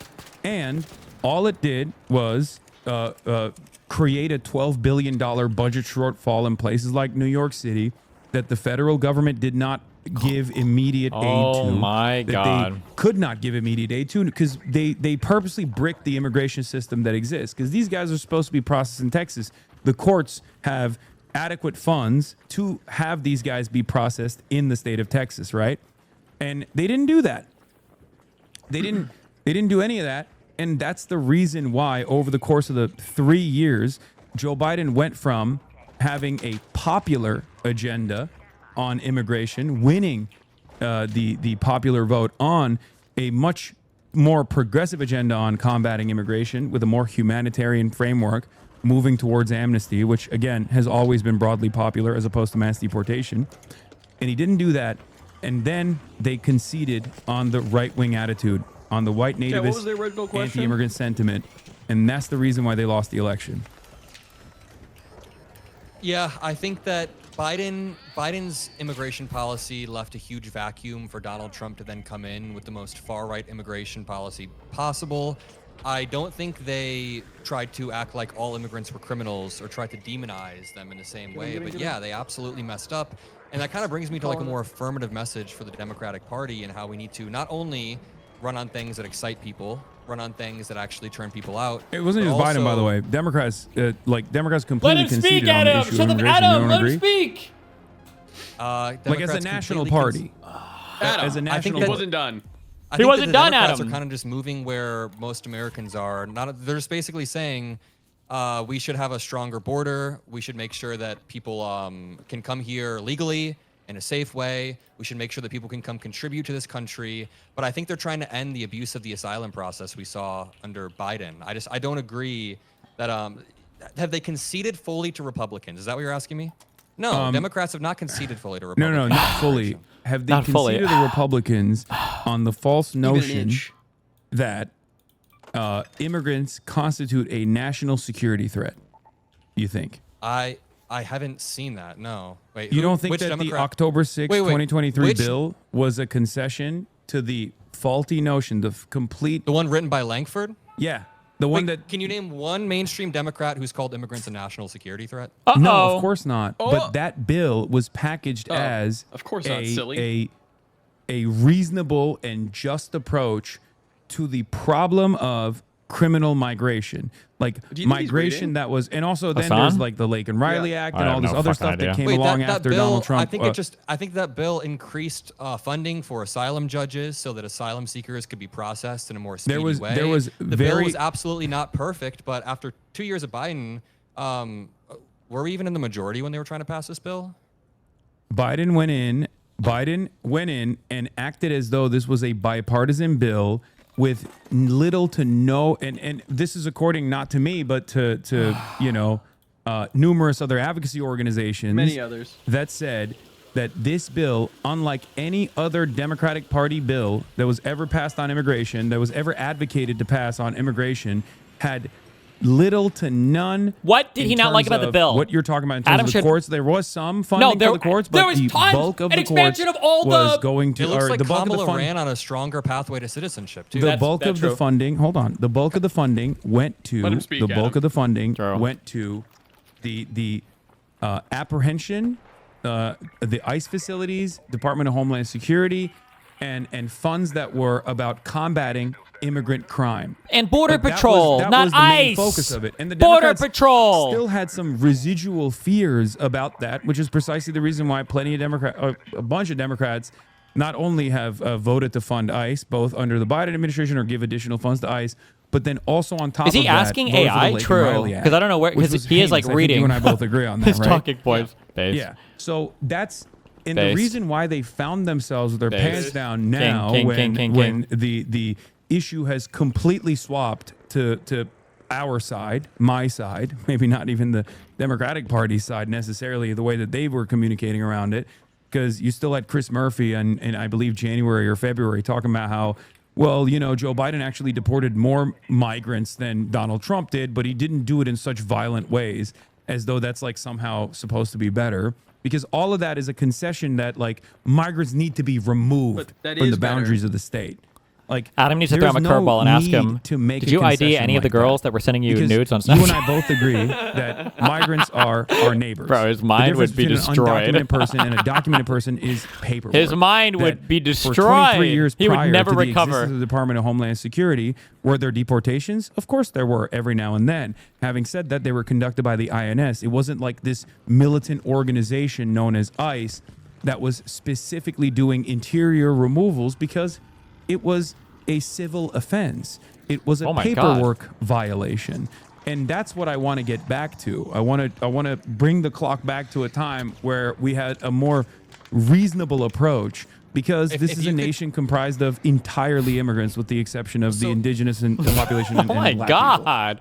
Yes, you could Hasan choose how the King. Democratic candidate in 2028, even throughout the primary, messages on immigration. How do you think they should do it for the vast majority of American people who think that Biden was weak on the border? And this is just what people think. I mean, I think that Biden had a lot of errors, and I think a lot of American people think that he was incredibly weak on the border. That obviously led a pathway to Donald Trump. Kamala Harris, obviously.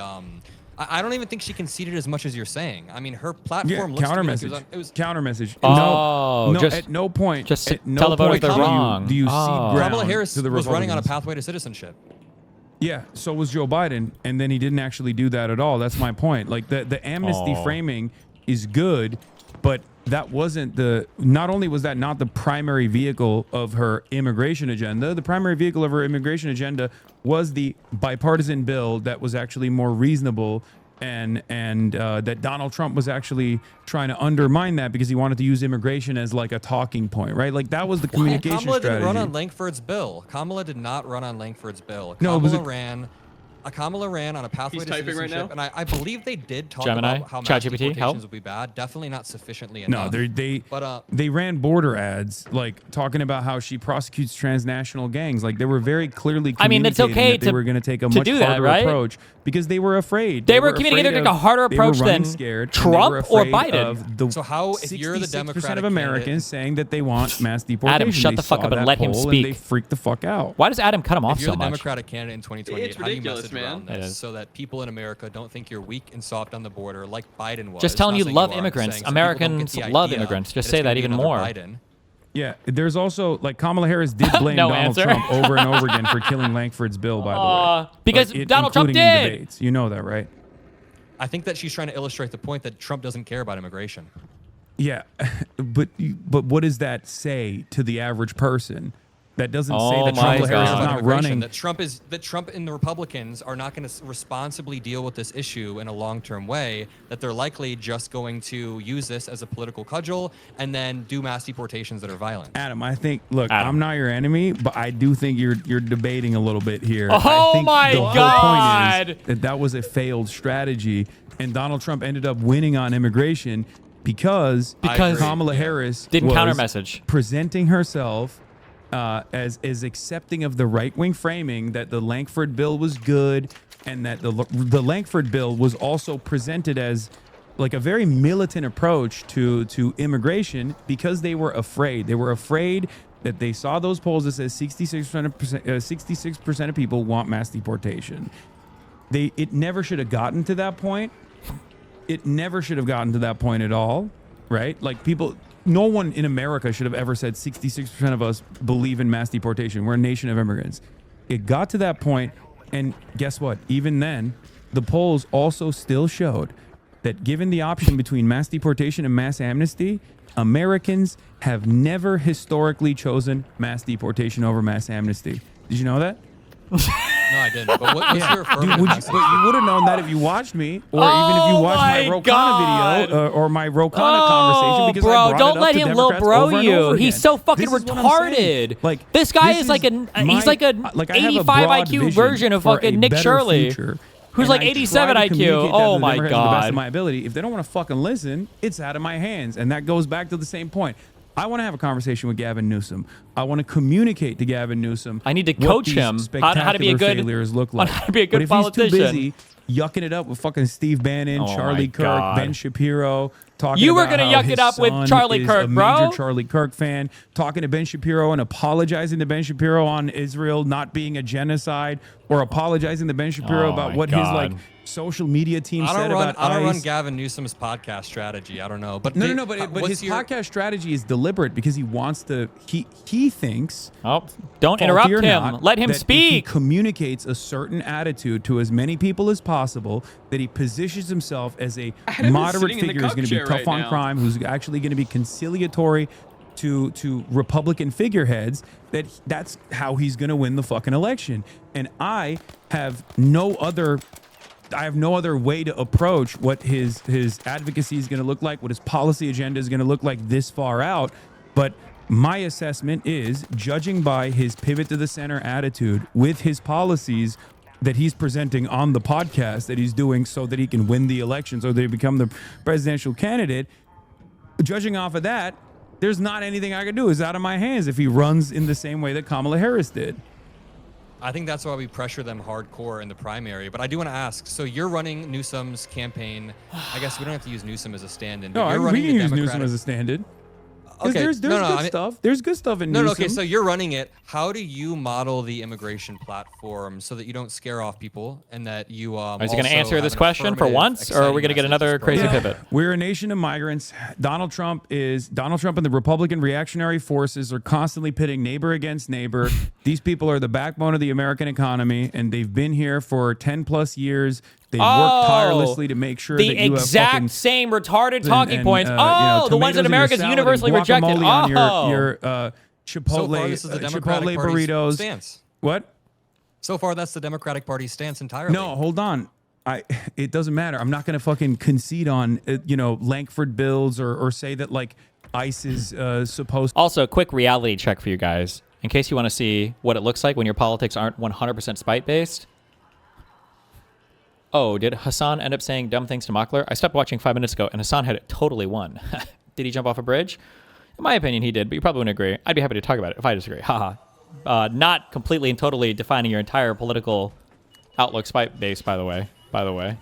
Major Democrats are refusing to say that, and they're saying, no, ICE actually wants body cameras. Technically, from a harm reduction standpoint, body cameras are better than no body cameras, right?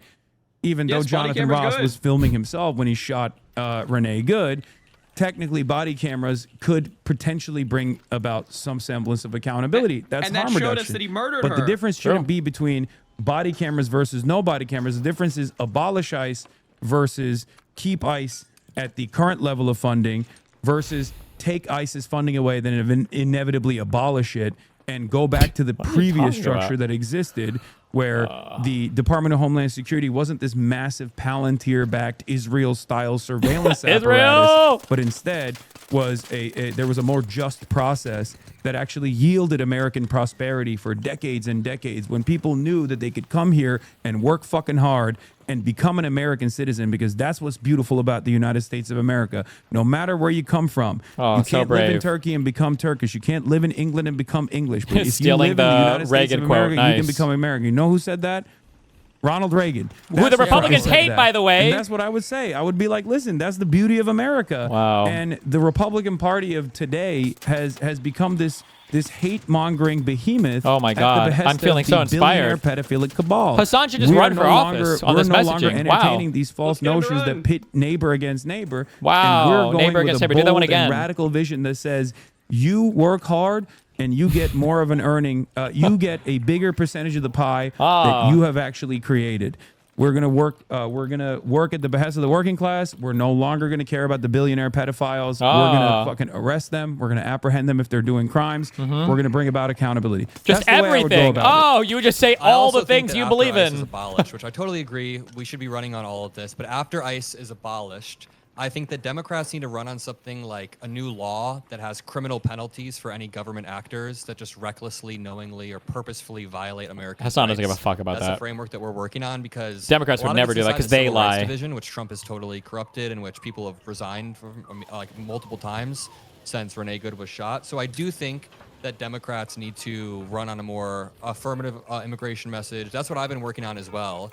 I've been appealing a lot to my family who moved from Syria in the early 80s and saying that, they became incredibly successful, have hired dozens of families, or hired dozens of people, fed dozens of families. They have, helped build a Hired? great community in Business Indiana. owner? Capital But, class? Yeah, I agree that Democrats need to run like that. Okay, I mean, but- we but- don't disagree. but- This Okay, guy is so the last Syrian. question I He have shouldn't have for brought you up the is- Syria stuff because they're Seems going like to you wanna- absolutely fucking you hate him wanna on be that. done with this conversation. I totally understand. Do you want to be done with this Kamala Harris conversation? also vowed to sign the border bill that Trump derailed, as she spoke about on her DNC Does speech Hasan as feel well. like he got his one where, own and now it's because they over? were presenting it Did as he even like get an Trump own? is a derailer. He got nothing. Well, Trump he is feels like he Trump got is an own. actually I don't know. If he serious would've about watched tackling my the stream and immigrant blah, blah, crime blah. narrative. Oh, it's retarded. And that they were, that they were going to be serious, unlike Donald Trump, which, again, I kept saying over and over again that was a major mistake. But if, let's say, Gavin Newsom runs scared in a similar fashion, do you feel like we will be able to overcome voter apathy, or should we rely on how scared people are with how devastating Trump has been, and hope that like whoever the Democratic Party presents is going to eke out a marginal victory?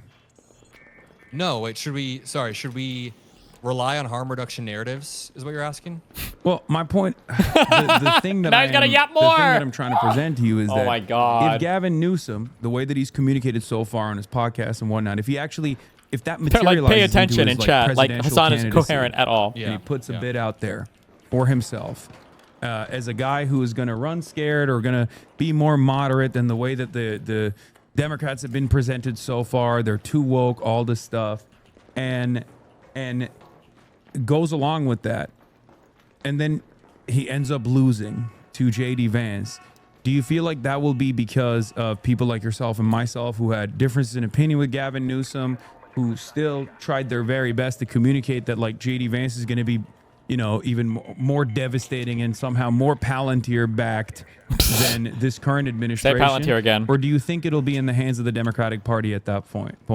I agree with you. I've agreed with you this entire time. It's in the hands of the Democratic Party. It's in the hands of, honestly, us to have a good ideological battle and make sure that whoever wins the primary is somebody who is not going to run or concede to Republicans.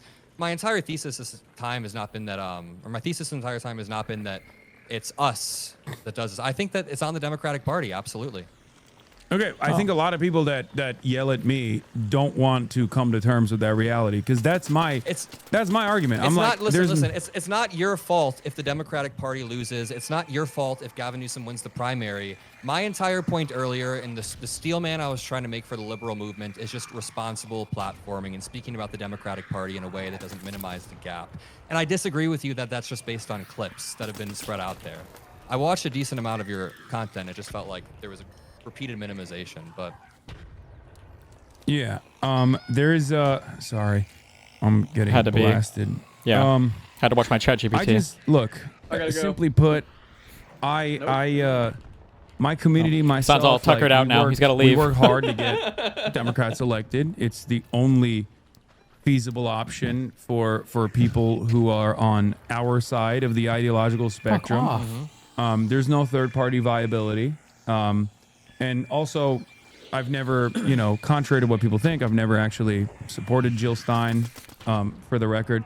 I told people that I won't endorse God. Kamala Harris.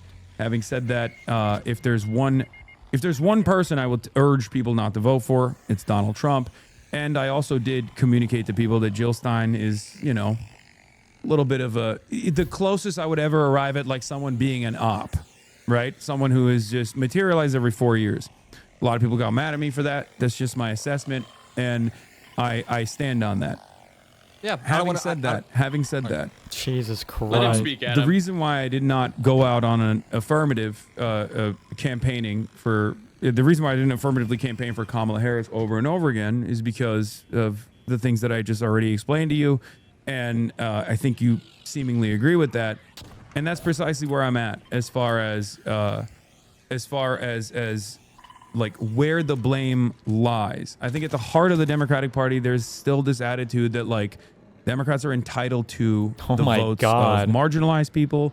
Democrats are entitled to the votes of the working class because after all, the Republicans are far, far worse for labor rights than the Democrats are. And this is true, right? But why don't people recognize that? Why do they still go back to culture war narratives? That is what I want to solve. And I know what the reason for that is. And I think a lot of people don't want to recognize that. A lot of people that the Democrats say, aren't revolutionary no, enough. you're wrong. And the Democrats keep losing because you're just not voting hard enough for them. Don't want to recognize that Democrats are judged by their weakest members as a national party. They are judged by the Joe Manchins. They're judged by the Kirsten Sinemas. They're judged by Mark Kelly sometimes when he's being weak on union-related issues. They're not, and it's totally understandable that they're judged by the weakest figures in the party because those weakest figures in the party are the ones who actually completely destroy the comprehensive policy agenda of the Democrats. And because I will constantly shift the blame back to people in positions of power, whether it be the Democratic Party or the National Party or their capabilities to whip these votes that are necessary to go forward with a comprehensive vision that they advocated for, understandably, when that legislation doesn't happen, people look at it and go, okay, so you're not on my side. Like, you're just not on my side. You don't care about these issues. That's the real reason. And that's why there's such a massive disconnect between a lot of consultants and the public in general. I see it all the time with the consultants that I read, with the writers that I read, where they constantly talk about like why don't the labor movement understand that the Democrats are far better? Joe Biden walked the picket line, right? I mean, Joe Biden walked the picket line for the UAW. That's massive. That's unheard of. There's no president I don't think any American president has ever walked an active picket line, right? That's a huge deal. And yet the labor union or the rank and filers in many of these labor unions still ended up voting for Donald Trump. Why is that the case? Don't you want to find out why? Yeah, because It's 'cause obviously people aren't the average revolutionary person now. didn't understand Because they're not what's socialists. happening. No, it's not the reason. Uh-oh. That's not the only reason, rather.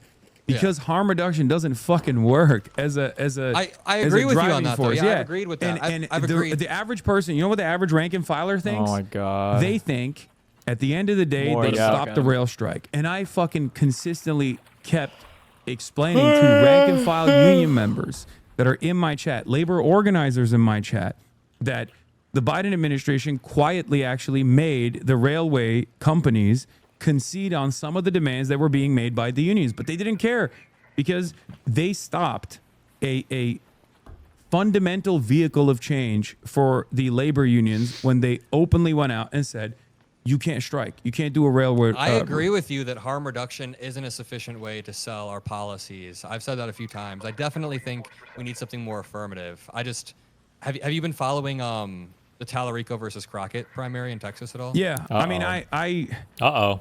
He hates Crockett. that it's one's okay. that one's a doozy. You hate Crockett. Dude, She's this black one's really and liberal. blackpilling me on the way that like the way that people listen. I really respect Jasmine Crockett as a candidate or as a Oh, person. no. I think she's Adam is gonna side with a firebrand who's Hassan stuck on up to this? Trump and was They're a great gonna. It's representative gonna be a of that circle jerk district. on this. But the way that people are attacking anyone online who endorses Tallarico is really just not cool.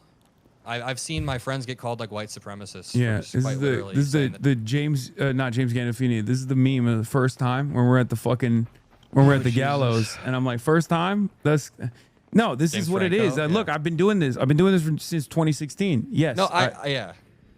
I don't like the identity politics like weaponization either, but I don't even think that just happens from liberals. I see it happening on both sides. You know what's interesting? The way that I saw Tallarico people being attacked by Crockett supporters, I've seen it happen from lefties to Who's liberals. better? I think there's a strong argument to be made that the Tallarico guy is more electable, but people like Hassan don't give a fuck about that. They just don't like it's just the populism versus like standard liberalism thing. That's the only reason they give a fuck about it. Is being conducted. No, I don't either. But unfortunately, that's been a primary method that Democrats, especially establishment Democrats, have deployed against the left with regular frequency. And Most of my establishment audience is very pro Tallarico. I don't think like I'm no, sure but some there's people- a lot of people. There are a lot of people that there's like random creators or whatever. yeah, there are a lot of random creators on the internet that will deploy those cynical lines of attack. Okay. And not only that, but when asked, okay, well, where were you for Ilhan Omar when she was Oh being my unjustifiably God. smeared all up and down the Ilhan, timeline? Where were you Ilhan. for Cori Bush? Where were you for Ilhan. Jamal Bowman? Where are you now for Summer Lee when she needs, help every now and then? They're noticeably absent from that conversation because there is an ideological slant there. There is an ideological slant there where they think these guys are actually different than the establishment Democrats. It's Yeah, actually see, that's what I'm not talking on about. the basis of a defense against white supremacy at all. It's almost always about potentially where they're getting their bag from. Oh, That's what I think, AIPAC. at least. Do it. Or- Do the Jew thing. I want to say on that note, like I see that you've been talking a lot about Chorus on your timeline too. I know a lot of Chorus creators who are very pro Tallarico, so I don't think they're being paid to be pro Crockett. Uh-oh. I think No. it's something a I little don't bit think different. Chorus has like a whip over all of their creators at all. I don't think they're like, you have to go out and like attack Steve. No, Hassan. I think or there's a lot of whatever. unfair attacks against What? Chorus. I get it. I'm not even a It's over. Adam lost. I was like on one meeting when GG. they launched, but I think that it's a pretty solid group that is not funded by Israelis. I don't know. Uh-oh. There's a lot of really AIPAC. pro Palestine people in the group. Nope. I don't know who's in the group. That's kind of part of the. Well, we don't know exactly who's in the group, and we Well, don't know there's who's. some people have Undefeated. openly talked about it and Yeah. have said that there's like there's people who have said openly that they're part of Chorus and have also called Joe Biden Genocide Joe. I see a lot of people in my comments always asking me like, "Are you taking Chorus money? Is that why you're such a liberal or whatever?" And it's like, no. I mean, I don't think. I think there's a lot of really unfair attacks of Chorus when it's What just. is I think Chorus? I think attempt to Chorus build is a an good ecosystem. answer to. I think Chorus is a good answer to like That's the a, Daily Wire, where. It's just like a funded group for, like, is- liberal content like, creators, There is a basically. necessity to combat Republican never heard about it. I've disinformation. There's an endless I'm coming. Don't worry, faucet guys. Hold on. of money that is being dumped Endless faucet of money. into quote unquote independent media. Oh, wait, he means in from general, the not exact same just corporate Chorus, right? benefactors that fund the Republican Party, that fund the think maybe he tanks, does, who that knows? fund that run ads on Fox News, and I Don't think touch me. that Oh, wait, actually, I need you to there touch me. I'm needs to sorry. be a faucet. Bro, what is that of skin? Are you okay? pro-Democratic Party content out there that is addressing that paid by misinformation, True. that's fighting against that. I agree with it on principle. I personally don't think that you should take any money whatsoever. There's plenty of people that have approached me to give me money for my advocacy, whether it be like PACs or advocacy groups. Like I don't think you should do that on principle. That's what I think. I think that is that's what's so good about being an independent content creator is that Yeah, you can be beholden that's to your nice. audience and your audience only. And you can, I mean, that's part of the reason why my only revenue comes from Bro, these three not guys even, are going like, to die sponsors to or the anything, Rocketeer. but I can people feel it, bro. subscribing, to my Twitch channel. I Really? think that gives you You didn't get any money longevity for as guitar? well. It gives you editorial independence.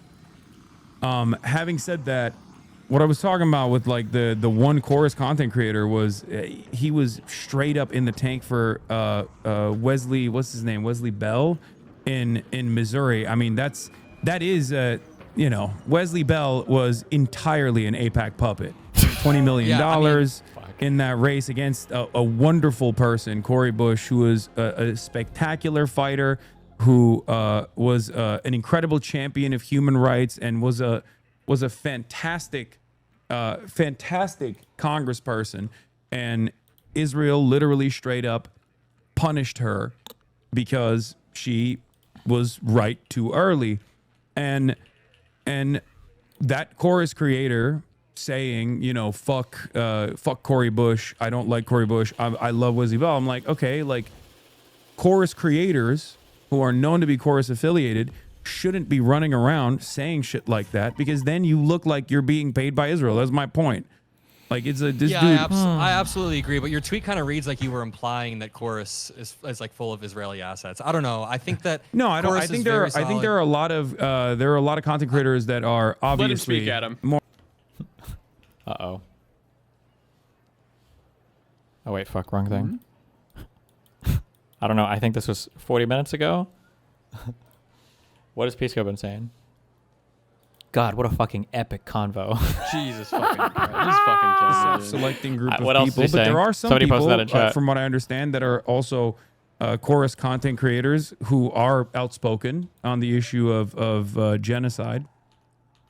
Yeah, that's fair. I see a lot of unfair attacks, but But I don't. But I think it's just that's how it works in not to bring up manufacturing consent so close to Noam Chomsky's new revelations and his connection to Jeffrey Epstein, but usually it's a self-selecting process. It's not people are not being bribed to do something. People are more so already inclined to do something, and then they are the ones who rise up through the ranks or get rewarded for it.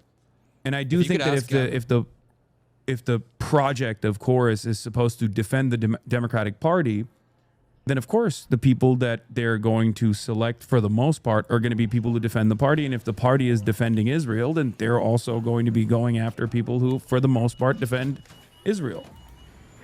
if you could ask Gavin Newsom a few questions, what would you want to ask him? Oh, I have so many questions to ask him. I wonder how he thinks he will overcome the "Don't California my state" narrative that will destroy his campaign.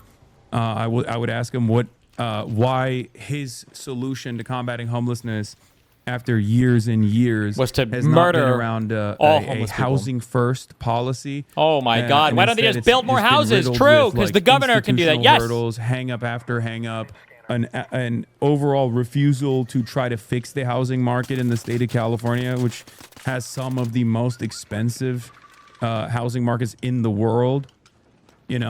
Those would be probably my main concerns, because I think True. Gavin Newsom's going to get hit on everything, but I think if I were to think of the most consequential thing for Gavin Newsom, it would be housing. Wow. Also, why won't he talk to me? That's the other thing, because I know that he has fans of mine that work on his team that I've communicated with, and he's done basically every podcast but mine for some reason. Holy shit. What an I have no entitled clue. fuck. I think I know why. Yeah. He doesn't want to have a I, contentious conversation with someone that will, that will come at him from his left flank. Oh Dude, my it seems God, like we dude. agree on a lot, which we predicted. I think that we agree on a lot of the flaws of the Democratic Party, and even a lot of the prescriptions. But yeah, I mean, I hope I was able to at least bring the strongest liberal argument as to why people are mad at you online. I genuinely do think that there are some very valid criticisms. Actually cooked. And I tried to bring them up, and we talked about them. But yeah, I mean, people are. Sounds always like, gonna throw thank God I unfair shit talked around, enough. And I We think made there's it. There's a stronger argument to be made. Yeah, I mean, look, if there's one takeaway that I hope liberals who came in here like that wanted you to fucking destroy me in the marketplace of ideas came in, if there's one thing that sometimes their closeness to the Republican Party and their conciliatory tone to Republican policies, because I personally believe that that's not only bad politics in general, because it makes people and then assume that it's still going to be far better than whatever the fucking Nazi party is going to present. Fuck, is he even Was he Because talking they about will you? always destroy the Democrats the Democrat. when it comes to being more militant, when it comes to being more racist. You can never outflank the Republicans on hatred. You cannot present a more moderate approach to hatred. It's just not going to work. And that's the reason why there have been a sequence of electoral defeats over and over again. But I do think that most liberals are finally waking up to that reality, that the electability argument is not on the side of moderates, but instead on the side of people like Bernie Sanders. I'm excited to have a good primary. Who would you? Who's your dream ticket right now? Or I guess who do you want to see just like in the primary put up a fight? He's not gonna have an answer. I like It's going to be a I like The crazy. candidates I like are, I mean, obviously lefty AOC, Rokana, Chris Van Hollen. I would say those are, and then my sleeper pick, depending on how he. As far as like the three contenders that I brought up, those are three. The dark horse is, again, entirely dependent on how they would design their campaign. But like someone like Jon Stewart could be interesting, even though I don't think he's even remotely invested in that. He's glazing all the who do I want to do a show with? On Fein, for example, like an outsider wanna get pick. called And then up my, on? my sleeper pick, once again, depending on how he actually communicates on the issue of Israel, because he's both been really good early on and then really bad, John Ossoff. I think John Ossoff is a very, I think John Ossoff is the reason why I call him a sleeper pick is because I think he's a very interesting guy. I think he is more progressive than he lets on. And that's and I'm saying this only as someone who's like paid very close attention to how he has communicated at times, and my chat is already fucking up my ass for saying that. John Ossoff, when it was not even remotely favorable organization, immediately came after him and were like, what the fuck are you doing? What the fuck are you saying? And he quickly conceded. He was like, oh, my bad, my big mistake. Obviously, there's also the Lake and Riley bill, the vote that he made. But for me, I remember the moment where before pressure, in the absence of pressure, he had a unique moment there. Not to say that he's like my favorite candidate at all, but I do think depending on how he presents himself. No, I mean, if he came out and he was like, listen, let's not take a single penny from AIPAC. Let's not give a single penny to Israel. Let's hold accountable special interest groups and let's challenge them. Let's run a vigorous anti-corruption campaign. John Ossoff, he used to run like an investigative company that would investigate corruption. So I think that's why he's got such strong anti-corruption messaging. It stems from that. I think that Medicare for All, I think that running on an affirmative message that can unify people. My team has been talking about reforming the tax code to end all the special tax breaks and loopholes for corporations. That could raise quite literally like trillions in extra revenue. And there's like 80 special tax breaks that need to be completely erased. We need a Democratic Party that comes out and is able to just message on this in a very, very excitable His way. team, I think huh? Ossoff could do it. I like Pritzker, obviously. He's not perfect, but I think that him being a billionaire could lead to an interesting campaign where he basically doesn't take any. He could run like the Trump type campaign where he doesn't take much money. But Well, also him being a billionaire, also, I have an inherent distrust of billionaires. I'm discriminatory towards POWs, POC, people of wealth. of cash. Cash, yeah. That's epic. That's epic, bro. POWs, people of wealth. That's epic. Holy shit, that's so the fucking real, epic. the only minority in the country. I think he'd run a hell of a campaign. People want me to ask you about Zoran and his platform. You like Zoran, don't you? Everybody I likes interviewed Zoran. him when he was before the primary, like literally like months and months before the primary. I got an interview with him. Because You know, Hasan helped him get his elected. wife is from Syria, and my family immigrated from Syria, so they kept sending me his clips and everything. And I was like, okay. I reached out, and they were down to talk to me. I like him. He's incredibly captivating. I think that he proves that if you just have simple, intuitive policies that can reach the American people, that excite the American people, they'll show up. He kind of fits the mold of the anti-establishment, populist outsider who's going to come in and shake up the system. And I think that's the mold that really works right now. Kind of how Trump is run. I think that's the mold that has worked always. Yeah, it's kind of the mold in American politics that works. I don't even think it's how sufficiently left you are that matters, because weren't there exit polls showing that people thought that Kamala and Zoran are basically similar on the spectrum? So it's not even about how, it's just how intuitive your policies are, how captivating they can be. You said this earlier, but saying People build think the Kamala wall- Harris is more woke than, more left than Bernie Sanders. People think Kamala Harris left. is more left than Zoran Mamdani. Yeah, and that's And- a messaging failure, No, but obviously. and I think that's not just a messaging failure though. That to me shows that like Tell him, Hasan. people define you as what either you are capable of defining yourself as, and with Kamala that was a failure. So she was defined by what her opposition was defining her as. And ops, and yeah. then also there's Astute the obvious side observation, of the Piker. story, which is that she's a black woman from California. yes, And I think Hasan that Piker. was what was the reason why people were like, oh, she's Telling so Dan here. woke, she's so liberal, she's far too liberal. That's my point, is that like Americans don't actually make these sorts of decisions. 80% of them make it on simple team sports, D versus R, and then the 20% that vote on ideological grounds for the most part. But most people bracket themselves on just simple team sports. Like that's it. That's usually what it is. Yeah, I agree. One of Kamala's campaigns was, or one of Kamala's policies, I can't remember. It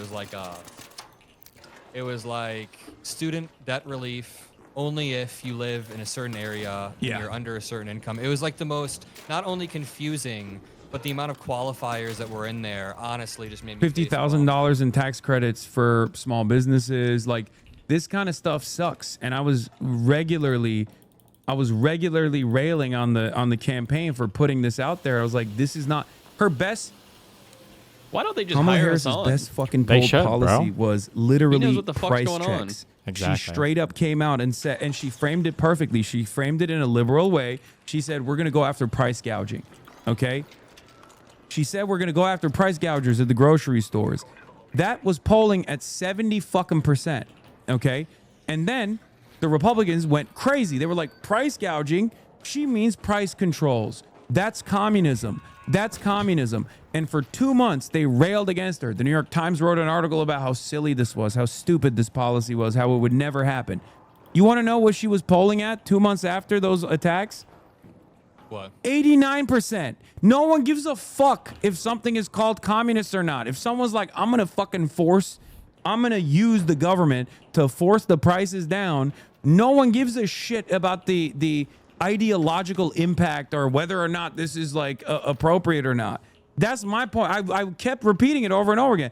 And then her brother-in-law, who is legal counsel at fucking Uber, came onto the campaign and was like, cut it out with this like anti-billionaire populist shit. There are good billionaires out there. You need those good billionaires on your side. And then Mark Cuban was tapped as a spokesperson for the campaign, and then the campaign And then took Liz a Cheney. very different turn. Then do Liz Cheney. Do Liz Cheney take a very point, different turn please. from that point on. These are all things. Like I was there when these decisions warned were them. being made. True. I saw it happen in real time, and I couldn't fucking believe how bad believe that the shit. strategy was. And they were, quite frankly, running as though they didn't want to fucking defeat a fascist administration that was coming, but Bro. instead they wanted to win with their own ideological goals. They wanted to win. I like this. without, This is like, it's just you like a know, Hasan stream, the- basically. the Except with another Free guy in the Palestine crowd camera and all corner. these people that were spoilers in the Democratic Fucking Party, hell, and that's yeah. precisely why a lot of liberal content creators at the time kept saying over and over again, "We don't need you. We don't need you. We don't need the left. We will win without you." There are plenty of them that are probably watching this debate right now, and they know exactly who they are, that kept saying, finally, once we win, the Democratic Party, once we win, without all these fucking, pro-Hamas, free Palestine protesters, we will show the country that we don't need them.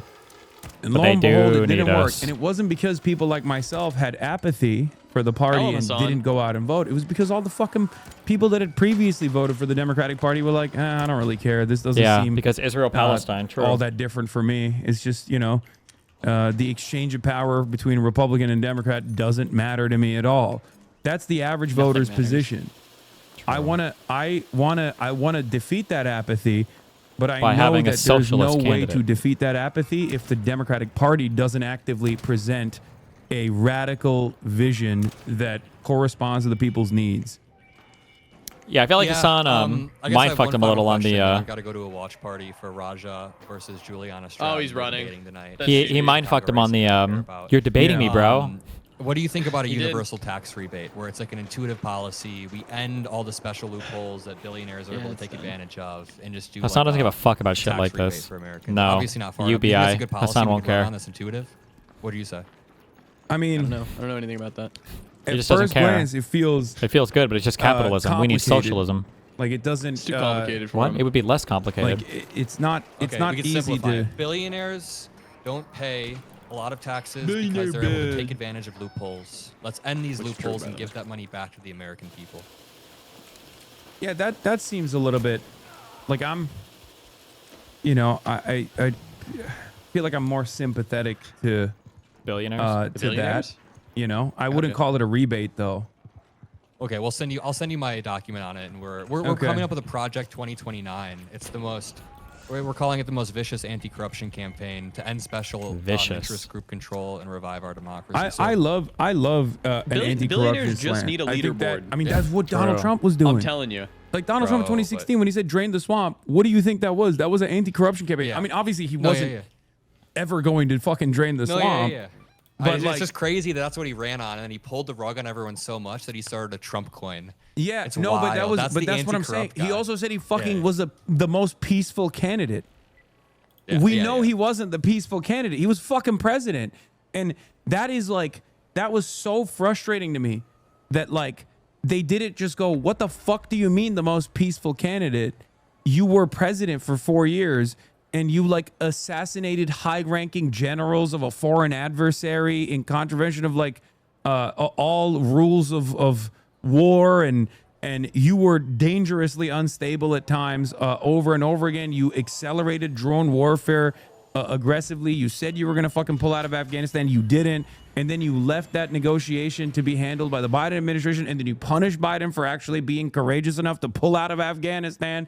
Like there were so many opportunities. Anyway, I know you got to go. There's so many opportunities for the Democrats to present themselves as like different than the Republicans, and they just failed. It's so frustrating to look back at.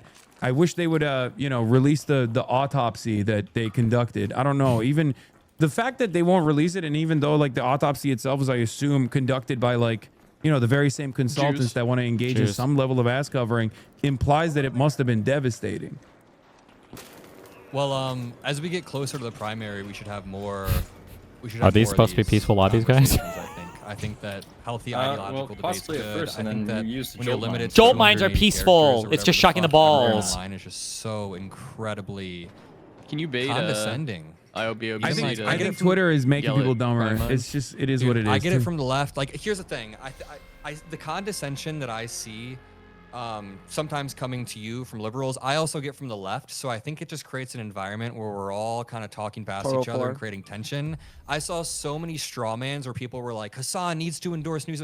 And then I saw people saying, why does every liberal want Hasan to fall in line? I don't know. It just feels like everyone was talking past each other when. No one says he needs to Well, endorse here's what you can't do. Away. You just can't listen to them. I don't. I just, I hope that people will be smart enough.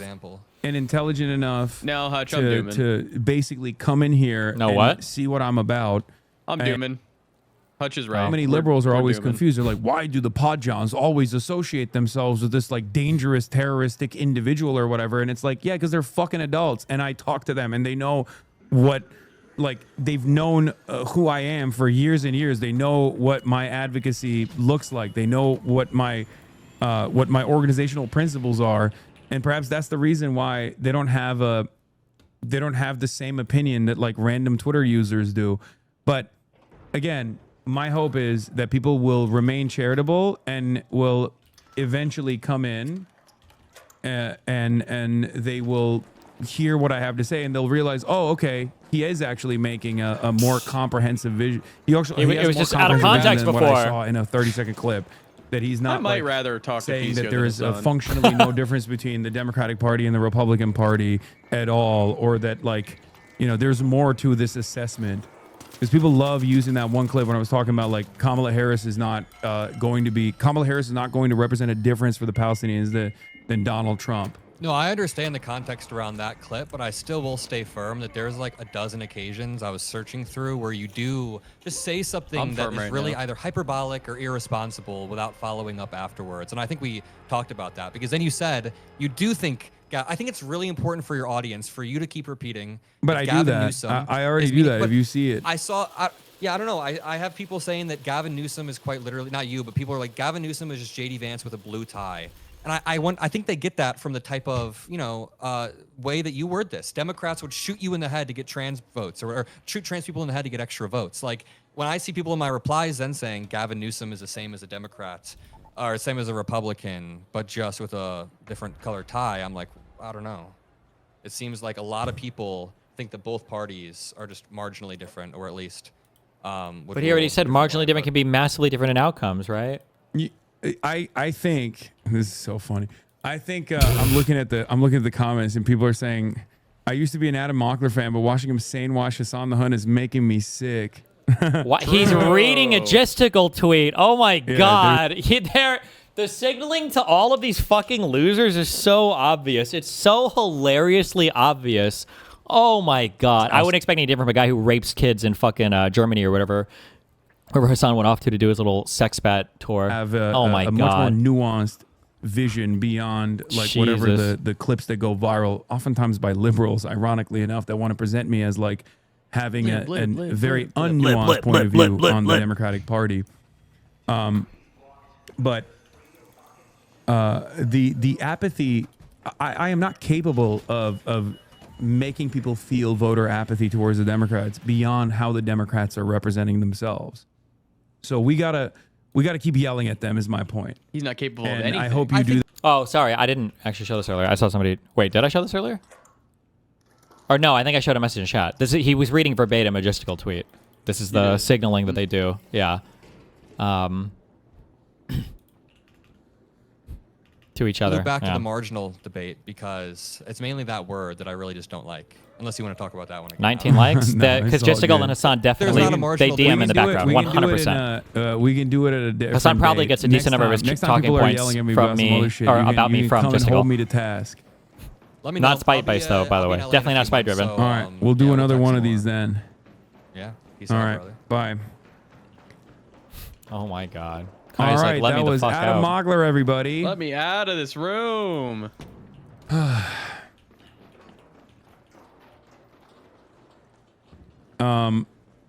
I think that was a productive conversation. I Oh feel my like, God. I hope people aren't too mean on him. Oh my Not even in my God. community necessarily, but I think people are going to be very mean to him in the edge communities on the liberal side because they'll The be edge like, communities. "This is the number one enemy of the Democrats. Like, how didn't you just fucking destroy his ass?" You know.